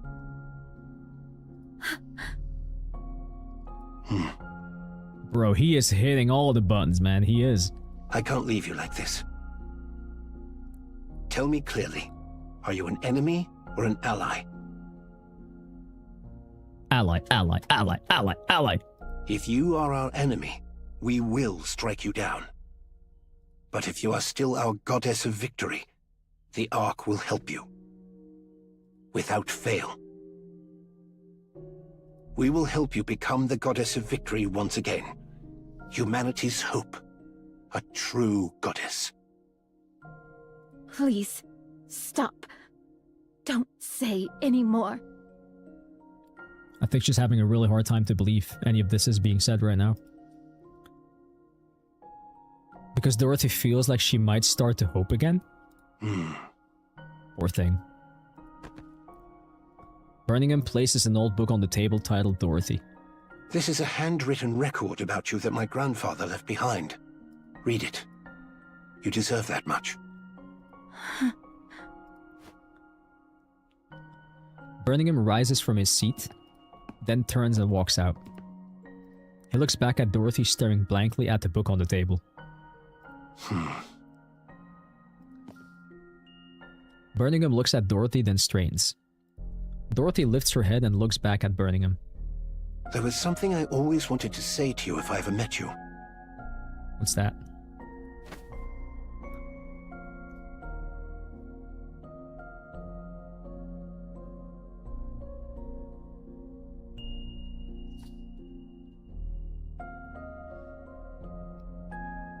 I can't, man. Fricking hell, I can't. Oh, man. Oh. Birmingham salutes. For fighting for humanity. Please. Don't. Don't say it. I sincerely thank the Goddess Squad.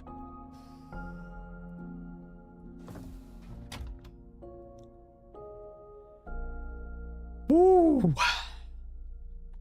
Shit, man.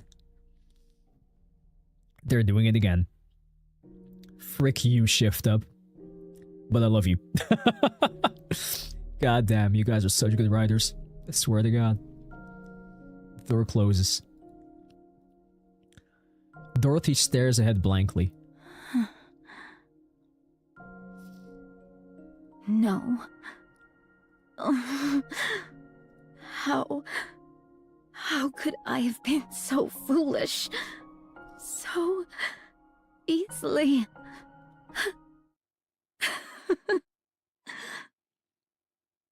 She's laughing?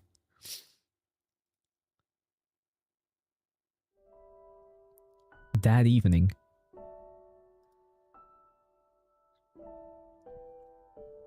I'm trying to compose myself a little bit. I'm overcome with emotion at this point.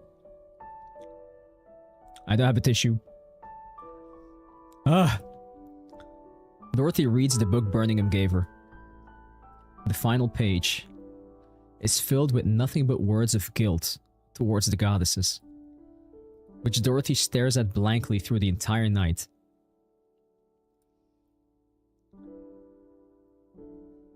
When morning comes, she hears that a higher-ranking official from the central government has requested a visit. She doesn't want to go because it's certain to be an uncomfortable meeting. Even so, she gets to her feet. Dorothy sits in the chair in the visitation room.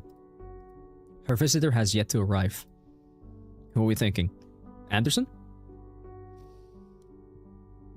But Dorothy is relieved as she still wrestles with her feelings. A short while later, she hears the door opening behind her. Thank you so much for the tissue fund. Appreciate it.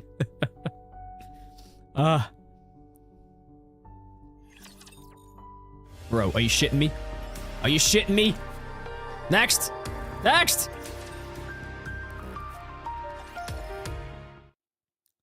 She does not turn around. She hears the door close and the footsteps draw near. Dorothy lowers her head and closes her eyes. A silent signal that she doesn't want to be spoken to. Then a familiar scent reaches her. The scent of marigold. She hears a teacup being placed in front of her, and the sound of the chair across from her being pulled out and someone sitting in it. A brief silence ensues. Then the sound of tea being sipped from across the table is heard. Dorothy opens her eyes. She looks at the golden liquid swirling in the teacup. After letting out a short sigh, Dorothy reaches for the cup. Just as she is about to grasp the handle, a voice speaks from across the table. Hey Bronco, what's happening, man? Nothing beats a good cup of tea. My man. My man. I see you're still as picky as ever. Man. Oh, wow. They finally see each other again. Shit. Woo. Oh, man. The legendary commander finally sees her again. Dorothy freezes and her pupils widen. She barely manages to lift her trembling head to look forwards. Look at this handsome man right there. Damn, sir. Anderson looks at Dorothy with a gentle smile. Miss Dorothy. Commander. Shit, man. Oh. Thank goodness. I was worried you might not recognize me now that I'm older. Oh, she would recognize you anywhere. How? Dorothy's thoughts come to a halt. How many times in the past has she been manipulated by ghosts from her past? First Lilywise, then Pina. Weariness fills Dorothy's eyes. Who are you? Oh, she can't believe it. Anderson silently looks at Dorothy. Dorothy silently looks back at Anderson. After staring at one another for a long time, Dorothy becomes certain. He is not an illusion, nor a monster wearing another skin. He's the same person that she once knew, bearing the marks of time on his face. The same person who shared her most radiant days.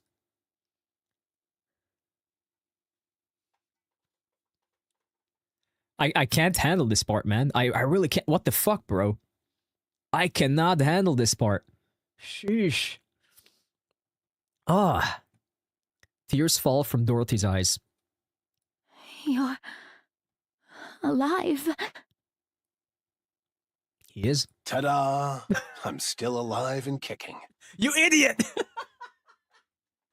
Really? Really, bro? You're gonna go with the ta-da? Really? Seriously, Anderson. Not the time, bro. Not the time. Jeez. Ta-da. Oh, man. I'm sorry I couldn't come see you sooner. But you've got to admit, reuniting in a prison visitation room is quite dramatic. It is. God, I feel so bad for her, man. I really do. Like, sad and happy at the same time. The things you get to see when you live long enough. To think that such a noble lady would end up in a cell. The others would get a real kick out of this. You haven't changed at all. There's a bit more intensity in your eyes, but you're exactly the same. Yeah. She's completely broken right now. She really is. Maybe I should have become a NIKKE too. I'm the only one aging here. It's ridiculous. Do you have some kind of skincare routine? Care to share it with me? Anderson, what the fuck is up with this small talk, man? Really? You're gonna talk you're gonna talk skincare routine? Really? Please, be quiet. Can't you see? I'm crying right now. Yes, we can. Stop crying or you'll get me started too. The older I get, the easier the tears come. It's becoming quite the problem. I feel that. I definitely feel that, man. Oh, bro. I get it. I've been taking all sorts of things for my health, but nothing's quite what it used to be. Please, just keep it down. Honestly, I told you not to cry. Only the sound of Dorothy's sobs echoes through the visitation room. Dorothy brings the tea to her lips. Not bad at all. The leaves are good, and it's well brewed. Look at you, pretending to be elegant when you were just bawling your eyes out 2 seconds ago. How long are you going to keep bringing that up? She's trying to compose herself, okay? She was caught by emotion. Leave the girl be. Poor thing. Let me see. Until I get to tell Lilith? Ooh. Ooh. You're gonna go... you want to go down that way? Ooh. I already know. That damned queen stole Lilith's body. That thing needs to die. Without a doubt. But what are you doing here right now? You must have already heard everything. Yes. That's why I'm asking. You could be out there right now trying to tear the queen's head off. So what are you doing, sitting here? On a journey of self-discovery, are you? I could say the same thing about you, Commander. You were alive this whole time. What were you doing? And despite me already being in the Ark, why did you wait until now to... Calm down. I'll explain everything. It's been a while since I talked about the old days. My heart's racing. Oh, do it, Veronica. Maybe you can make it yourself. Quit kidding around. First of all, during Operation Ark Guardian, I was on the brink of death when Lilith forcibly sent me into the Ark. I've always felt terrible about leaving without saying goodbye. I'm sorry. I arrived at the Ark and I received treatment, somehow managing to cling on to life. By the time I woke up, decades had passed. Those VTC bastards had forcibly induced me into a coma for all those years. Good grief. I'm sure that technology was never designed to be used as such. So, VTC did that to keep you in check? Yes. You heard that from Birmingham? No, I read it in the book. She did read the book. Ah, that book. It's quite well written, though it skims through my exploits a bit too much for my liking. But it was a fine book. Anyway, after sleeping like the dead for all those years, it was thanks to a man named Arthur that I finally woke up. When I came to, my body was a wreck, and you were all, bizarrely, being called pilgrims. Bizarrely. I did some digging and used every connection I had to investigate why things ended up like this. I eventually found the culprit. It was VTC, a painfully obvious conclusion. After getting myself back in shape, I heard there was an event where key figures would gather. So I went and paid them a little visit. Yep, Arthur is Birmingham's dad, yep. You killed them all. Or Oswald's adoptive son.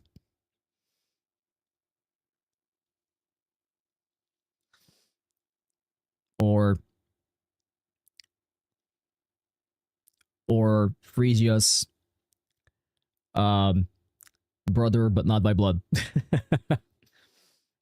You killed them all, yep. You went all John Wick on them. Yes, I did. I let the leader escape, though. My achievement was recognized. Even though it's an achievement for eliminating political enemies. I even rose to the position of deputy chief. After that, I tried tirelessly to find all of you. But you were just too good at running away. There was no way to catch any of you. And though your personalities had changed somewhat, you were still out there fighting for humanity. I desperately wanted to go up there myself, but my body couldn't last a day without specialized treatment. And considering the mortality rates up on the surface, sending someone else up was too risky a proposition. Then along came the commander, I guess. So, I left things as they were. I simply issued a directive not to attack any pilgrims since they are friendly to humanity, and to request their help instead. Still, you could have tried at least once. How could I possibly face any of you? I fled to the Ark at the end of Operation Ark Guardian, and left you stranded for decades. The fact that I was sent here against my will doesn't change that fact. So I decided to simply watch over you and help from a distance. I mean, it's understandable that they felt guilty, yeah? Because the me that I am now is someone with authority without the ability to act. Even so... I wanted to see you. But, well, I couldn't. Anderson lightly taps his side with his fist. A metallic thud echoes. I can no longer be the commander who charges into battle alongside you. It's embarrassing. So after stepping back from the front lines, I did what I could to help with surface reclamation efforts. I cleaned up the mess we had for a military, rewrote our combat manuals. I worked quite hard, in whatever way I could. But things were a disaster. After 2 failed surface reclamation wars, the Ark was in shambles. So I've been managing the fallout ever since, right up to now. Well then, I suppose that covers my sob story. My sob story. You're wondering why I never came to see you after you got to the Ark, aren't you? After all, you made such a flashy entrance, appearing like an angel from above. There's no way I wouldn't have known. Yes. Let's hear it. I knew everything about your situation. I knew better than anyone why you'd come to the Ark. That's why I stayed away. What on earth are you saying? Because if you had asked me to destroy the Ark together, I would have agreed. Oh, wow. I would have smashed the Ark with you and cheered for Eden. Wow. Big words. The Ark matters. Like it or not, it is humanity's last refuge. It must be protected at all costs. That is why I went to Birmingham. He has a sharp eye for people and good instincts. He's a talented man with no flaws, aside from his weight.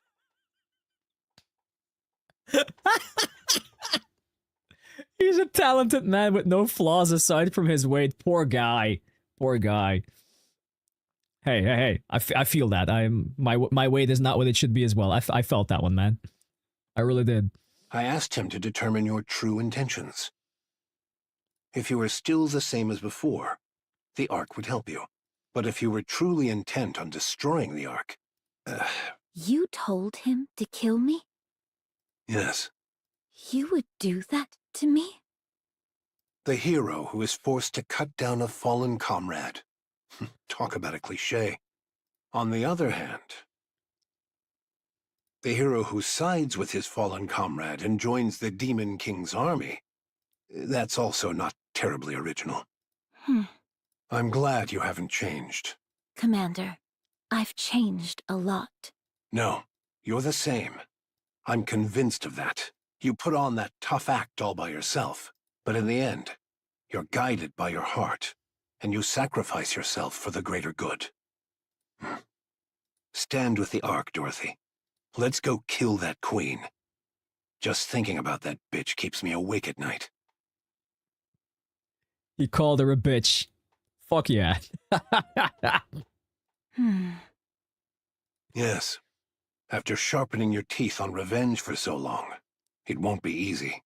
But Dorothy, the reason you never put your plans into action means you never truly intended to see them through. Excuse me for a moment. Anderson takes out his phone. Yes, it's me. Yes. I'll return shortly. I'm meeting an old acquaintance. Acquaintance? My condition has been stable, so I don't see why I need such frequent checkups. Understood. I'll be there soon. Yes. See you later. Yep. Yeah, we know all about his meetings right now. I could hear this guy talk to fall asleep. He has a soothing voice, doesn't he? Your way of speaking has changed a lot. I'm a deputy chief, after all. I have to act a little dignified. But I'm the same man I was before. My body may be broken down and aging, but my heart is unchanged. What about you? He better not die anytime soon. Oh, I don't even want to think about Anderson dying. Oh, hell no. I have to go, but I'll be back. Listen to the guard and don't try to escape. Commander, despite all that's happened, I'm glad I could see you again. See? I told you I tear up easily now that I'm getting older. Aww. She made him cry. Oh, try these. They're apparently mint chocolate seafood chips. Oh god, now I'm getting hungry. Yuck. What unholy abomination is that? Num num num num. Sounds like a gourmet haute cuisine snack. Num num num num. Let Dorothy be the judge. She has discerning taste. I'm not eating that. Wow, this fried ramen is really good. It's salty, spicy, and just hits the spot. It's good. I think it tanked because of its name. Change that, and it would be a hit. Why did you buy so many dumplings? The shop's grill was fired up to the max. With firepower like that, it can't taste all that bad. Fair enough. Dorothy, want to give it a sniff? It's got this great smokiness. Sniff it, Dorothy. Sniff it. No, thank you. Then what about this? It's called flour bread. There's red bean paste inside. Why would a flour bread have red bean paste in it? Why not? Beats me. Maybe because it's shaped like a flower? Now that you mention it, there's a lot of different breads like that. Fish-shaped bread, for example. Oh, I read in a book that they used to put real fish in fish bread. Such a Japanese thing, isn't that? What kind of weird books are you even reading? By the way, Dorothy, why are you eating? We brought all of this for you. Yeah, eat the food. What is this? You say that, but all of you seem to be doing the eating. Because you're refusing everything even if we spoon-feed you. Eat the Splendiman, come on. You It's good haven't Splendiman. spoon-fed me anything yet. Fine. Then open wide and say ah. Ugh. See? Even if we spoon-feed you, you won't eat. Then feed me instead. Oh god. Ah. Ugh. Why did you stick your fingers in? Those are words I did not expect to hear right now. Since you are done eating, could you leave now? We haven't even started. She's already done with it. She's already had her social, how do you call that again? Fuck, I don't know words anymore. She's reached her limit. Ah, that was delicious. Shall we get going then? Battery, her social battery, yeah. Thank you. Social battery already depleted. Yeah, let's grab some coffee on the way. I feel like I'm gonna burst. Oh, Dorothy, be sure to eat the creme brulee today. Otherwise, it'll spoil. Are you really leaving? Yes. Hmm? Yeah, we finished eating after all. Did Bye. you not come because you had something to say? The truth is, we are here because a niece wanted to see you in a prison uniform.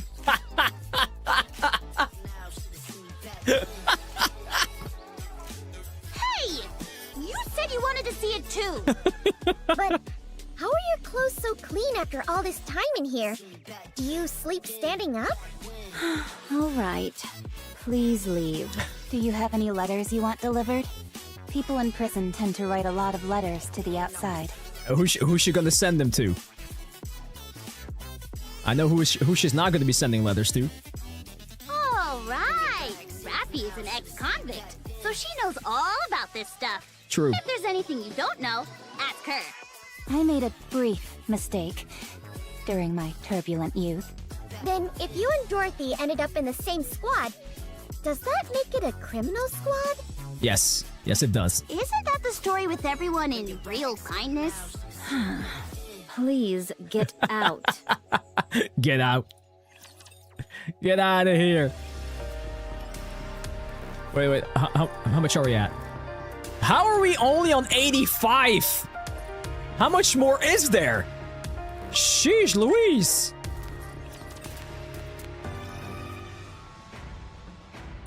I want to go eat, man. I'm hungry. I've been here for 9 hours. Freaking hell. In the central government's main conference room. All right, let's go over the situation. The most pressing issue is the Ark's power source. It's only operating at 20% of its former output, and that number continues to decrease. Soon. Go make food and come back? No. Second is the matter of Dorothy's sentencing. If I go down now, it's to stay down. The incident was severe enough to cause casualties. On top of that, it really rattled the public. It's already 7 there. Speaking of... Here, not there, we've here. got an open deputy chief position now. Bro, I was kidding. I was kidding about the deputy chief position.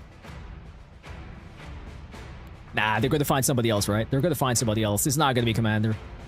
Nah. Anyone have any candidates in mind?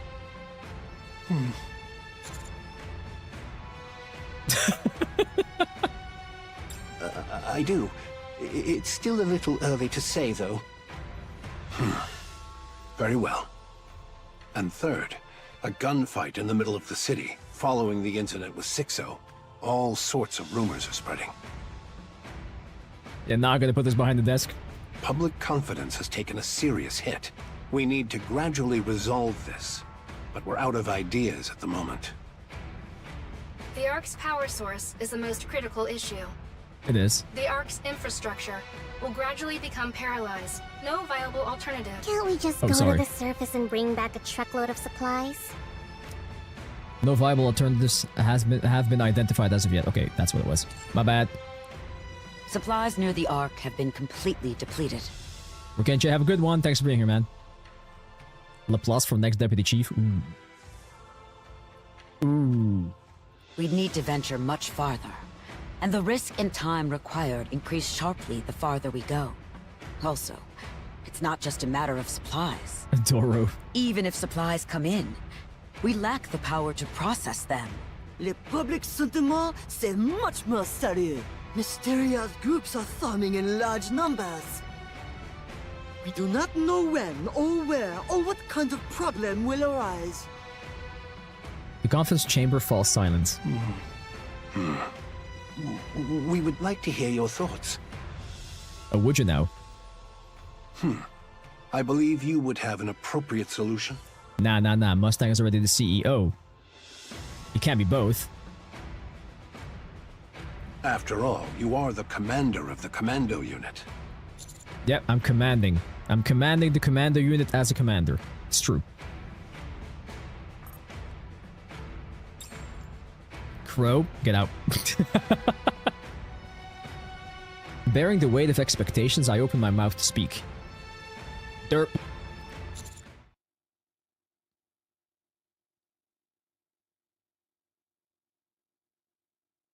Those are not words I expected him to say. Do you remember that guy from oh come on, he was one of the pirate lords in Pirates of the Caribbean. There was this one pirate lord and he was like, and so we go to war, because he had this like really high pitched word. This is what I'm envisioning right now. I propose the third surface reclamation war. This guy. Silence falls over the chambers once more. I press on. The Ark's power source is effectively beyond saving, which means we would have no choice but to abandon the Ark. Exactly, Cheruboo. The surface has more natural resources in abundance, such as sunlight and water. In contrast, the Ark consumes vast amounts of energy just to sustain light and water sources. Yes, our infrastructure will falter at first, but we can't just sit back and wait for death. Everybody in the conference room is listening quietly. I propose the third surface reclamation war, with Dorothy leading the charge. We legitimize everything Dorothy said. We announce that all of this happened because the Queen descended to the surface. We attribute the string of incidents that occurred in the Ark to the Queen. The central government kept all this secret to prepare for the third surface reclamation war, but in the wake of Dorothy's revelation, decided to go public to prevent anything worse. Since we cannot let Dorothy's words turn out to be a lie, we place Dorothy at the vanguard. Additionally, I demand the restoration of her reputation and that of the entire Goddess Squad.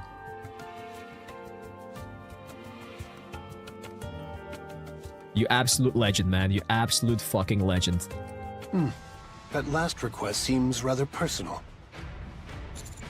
I won't deny it.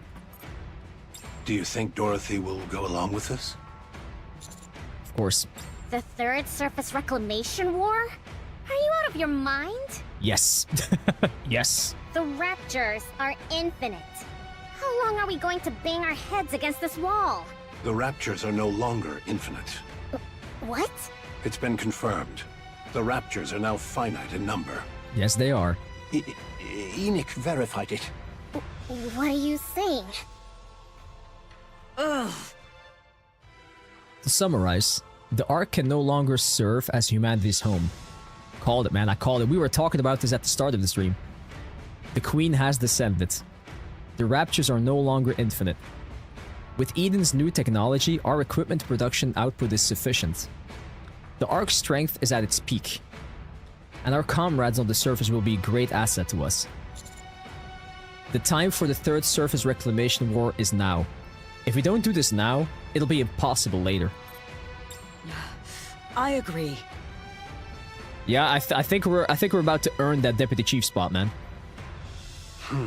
We haven't even put this to a vote yet. I'm fully in agreement. Everybody who agrees, raise your hand. Raise your hand. We're talking about surface reclamation. Doesn't just the thought of it make your heart race?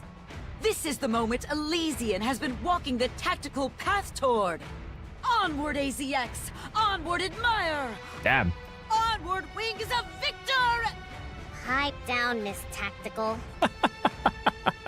I think she's down, guys. I think she's on our side. Whew. My apologies. I got a bit carried away there. To a whore! Will this be another large-scale surface deployment? That remains to be seen, but it's unlikely. In many ways, this may well be our last opportunity.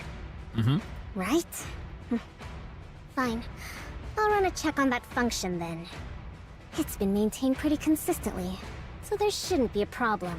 Waiting to hear Mustang's inputs.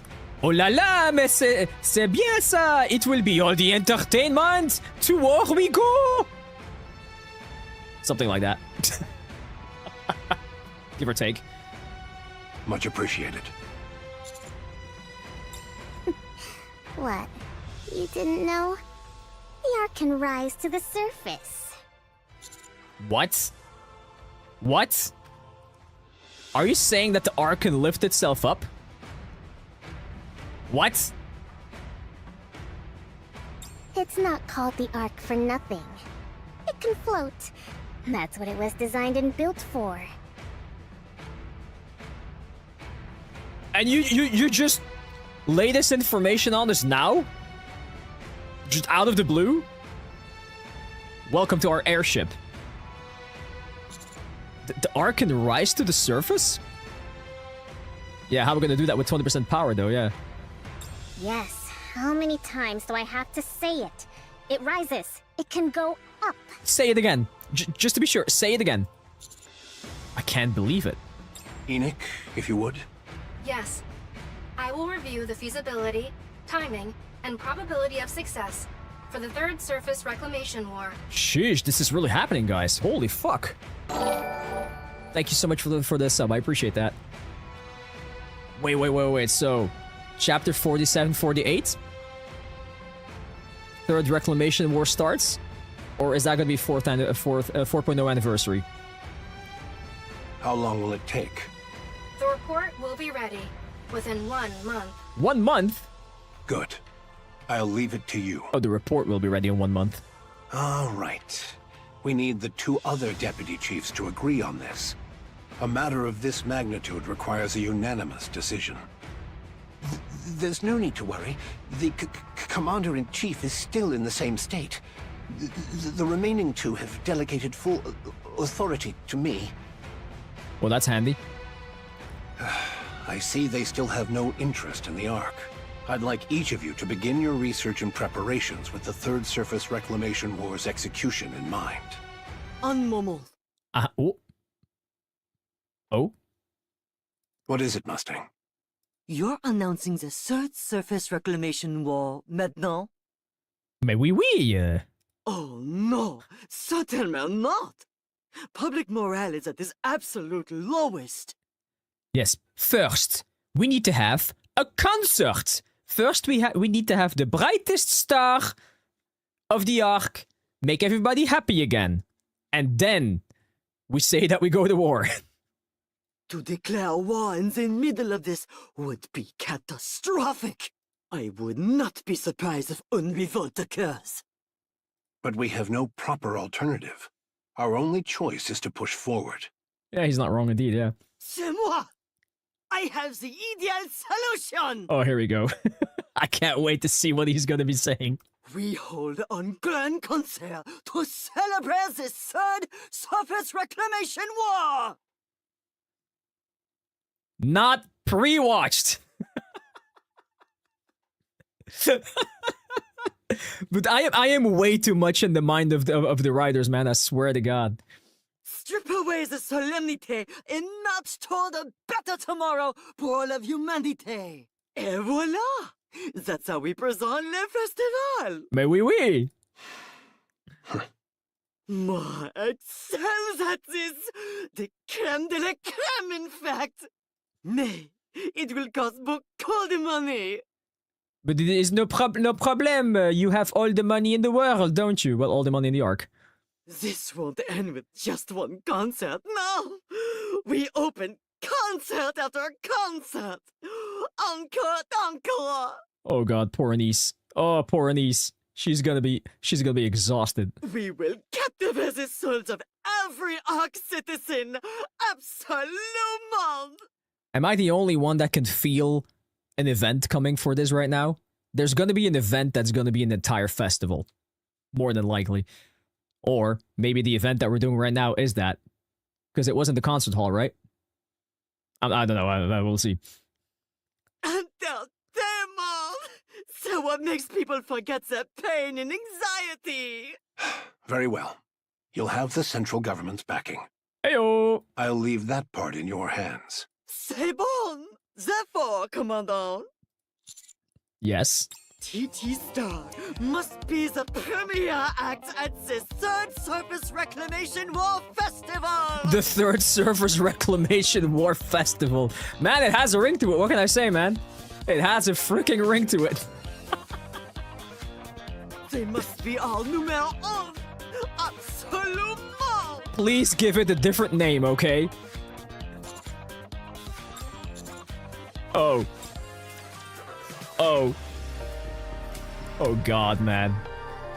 The repair center. Okay, we're almost there. We're almost there. Oh. Irish, see, she's okay. She just took a bullet to the head. It's fine. It's okay. Are you with us? Ma'am. Call me instructor. Oh, instructor. More importantly, did we get to see him sing? Him? Mustang. I would love to see that happening. I hear you looted the Forbidden Library during the blackout. And that you smuggled out a book about Dorothy. Apparently you were attacked while making your escape? Is that correct? Yes, that's about right.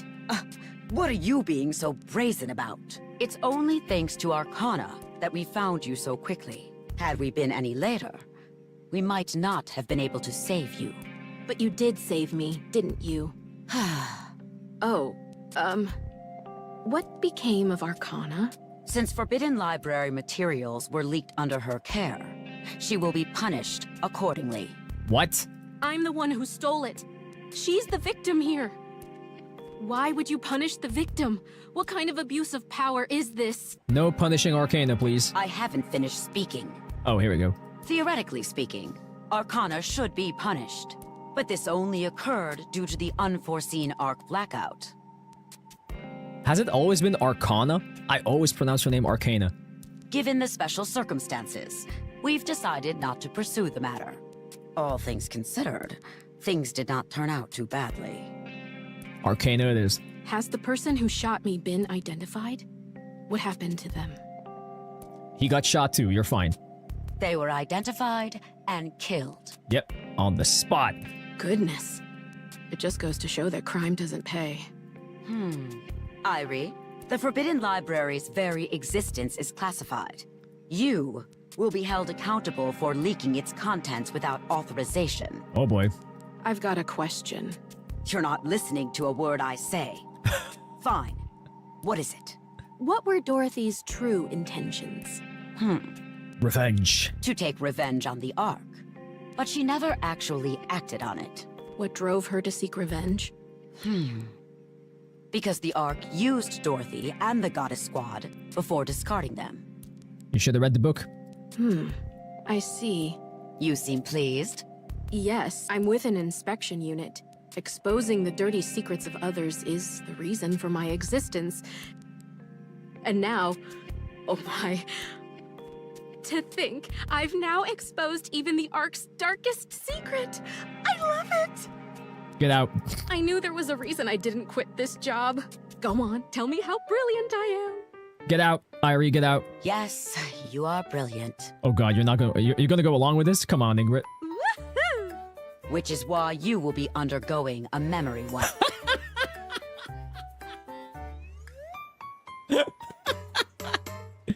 Yes, you are brilliant. You know too much. So let's fix that. Pardon? Pardon? Don't worry. Only the information pertaining to the Forbidden Library will be erased. But knowing you, oh my god, you'll find your way back there someday. She probably will, yeah. Oh, that's no problem then. Any chance you could put it off for a while, though? Nope. I'd like to savor this feeling a little longer. Nope. Fine. As you wish. Wow. By the way, where is Avastar? Why isn't she with you? Oh, Avastar is currently the manager of those pop stars. Where did Elysian go so wrong? Last one, guys. Last one. We go to the command center. Last part. We made it, guys. We made it. We made it. So... TT Star's comeback concert has been upgraded once again? This was such a long stream, guys. Holy shit. I did not expect to have this long of a stream. Yep, TD Star's comeback concert has been upgraded once again. Yep. Right now it's the 3rd Reclamation War Festival. Yay! And it's the first step in preparation for the 3rd Surface Reclamation War. Isn't it a bit much? Tell me about it. My thoughts exactly. We're not the only ones performing, right? Given the scale of things? There may be some supporting acts, but it's essentially a TD Star solo concert. And it will last for 4 days. It's a festival after all. Did you obtain the NIKKE production technology? Yes, Bacillus provided it. Huh? Why Bacillus and not Elysian? Are you not afraid of our tactical ways? Bacillus is the best when it comes to NIKKE production technology after all. I suppose that's true. If we've secured the technology, we should head to Eden quickly. It can't be helped. We're short on time, so let's get going. Your participation in the concert is mandatory, Anise. Huh? Me? You, yes you. I mean, you're like literally the star. You're not gonna get out of this one. I explained to everybody. Thanks to her heroics on Punk Street shooting down the Black Spire, and also her performance in the recent battle with Sixo, Anise's recognition has greatly increased. All of these achievements occurred inside the Ark and were witnessed by numerous people. As a result, Anise has become one of the most famous NIKKEs in the Ark, having established herself as a symbol of hope who saved the Ark in its darkest hour. She succeeded in her mission. The fate of the entire Ark is at stake with the 3rd Surface Reclamation War. As a symbol of hope, Anise must stand behind it.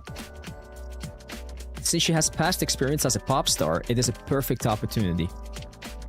That is the position of the central government and Tetra. A symbol. Me? Yep. I'd wager that you're a source of hope for a lot of people in the Ark. The 3rd Surface Reclamation War must not fail, and since you've now become a symbol of hope, you need to inspire that hope in others. You need to show them who you are, Anise. Show them how radiant you are. Rappy and Neon place their hands on Anise's shoulders. Be humble, Anise. Don't get all all high and mighty just because you got a little famous. I haven't even done anything. Her eyes. Wait, then are you going to Eden without me? I guess so. Oh. We'll catch the concert first, then go after? Fuck yeah. You sure that's okay time-wise? We'll be fine. This doesn't only concern you, it's also important for the counters. We'll finally get to see the fruits of our labor. I think it'll be a good source of motivation for what's to come. Going to Eden after the concert is the right call. Some of the NIKKE production technology has already been sent ahead. The important parts must be delivered in person, but they can at least start setting things up. So, get yourself ready. Let's put on the show. So, that means that the next chapters we're finally going to go to Eden, which means that we're finally going to meet up with the 4 beasts and our kid. Let's put on the show.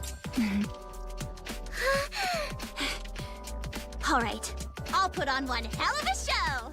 I bet you will. You'll make sure our tickets are sorted, right? Be sure to give us good seats. Of course! You'll have the best seats in the house, with the best view of my performance. Seats? No, standing place. Think she's gonna get a chair. Ha! You're not gonna stand up anyway. Guys, we're there, we made it! Holy shit, we actually made it. We did it. Coming soon. It's over. You have completed all missions. God damn it, guys. That was such an amazing treat. Chapter 45, Chapter 46 were absolutely magnificent. Lots of shit happened, lots of questions, lots of wholesome stuff, lots of plot twists yet again, as we are used to from Shift Up. They did great. Wishy time? I already did my wishes. Long time ago. I don't need to do any more wishes. I got my Anis on the first temple. I'm good. I'm fine. I'm okay.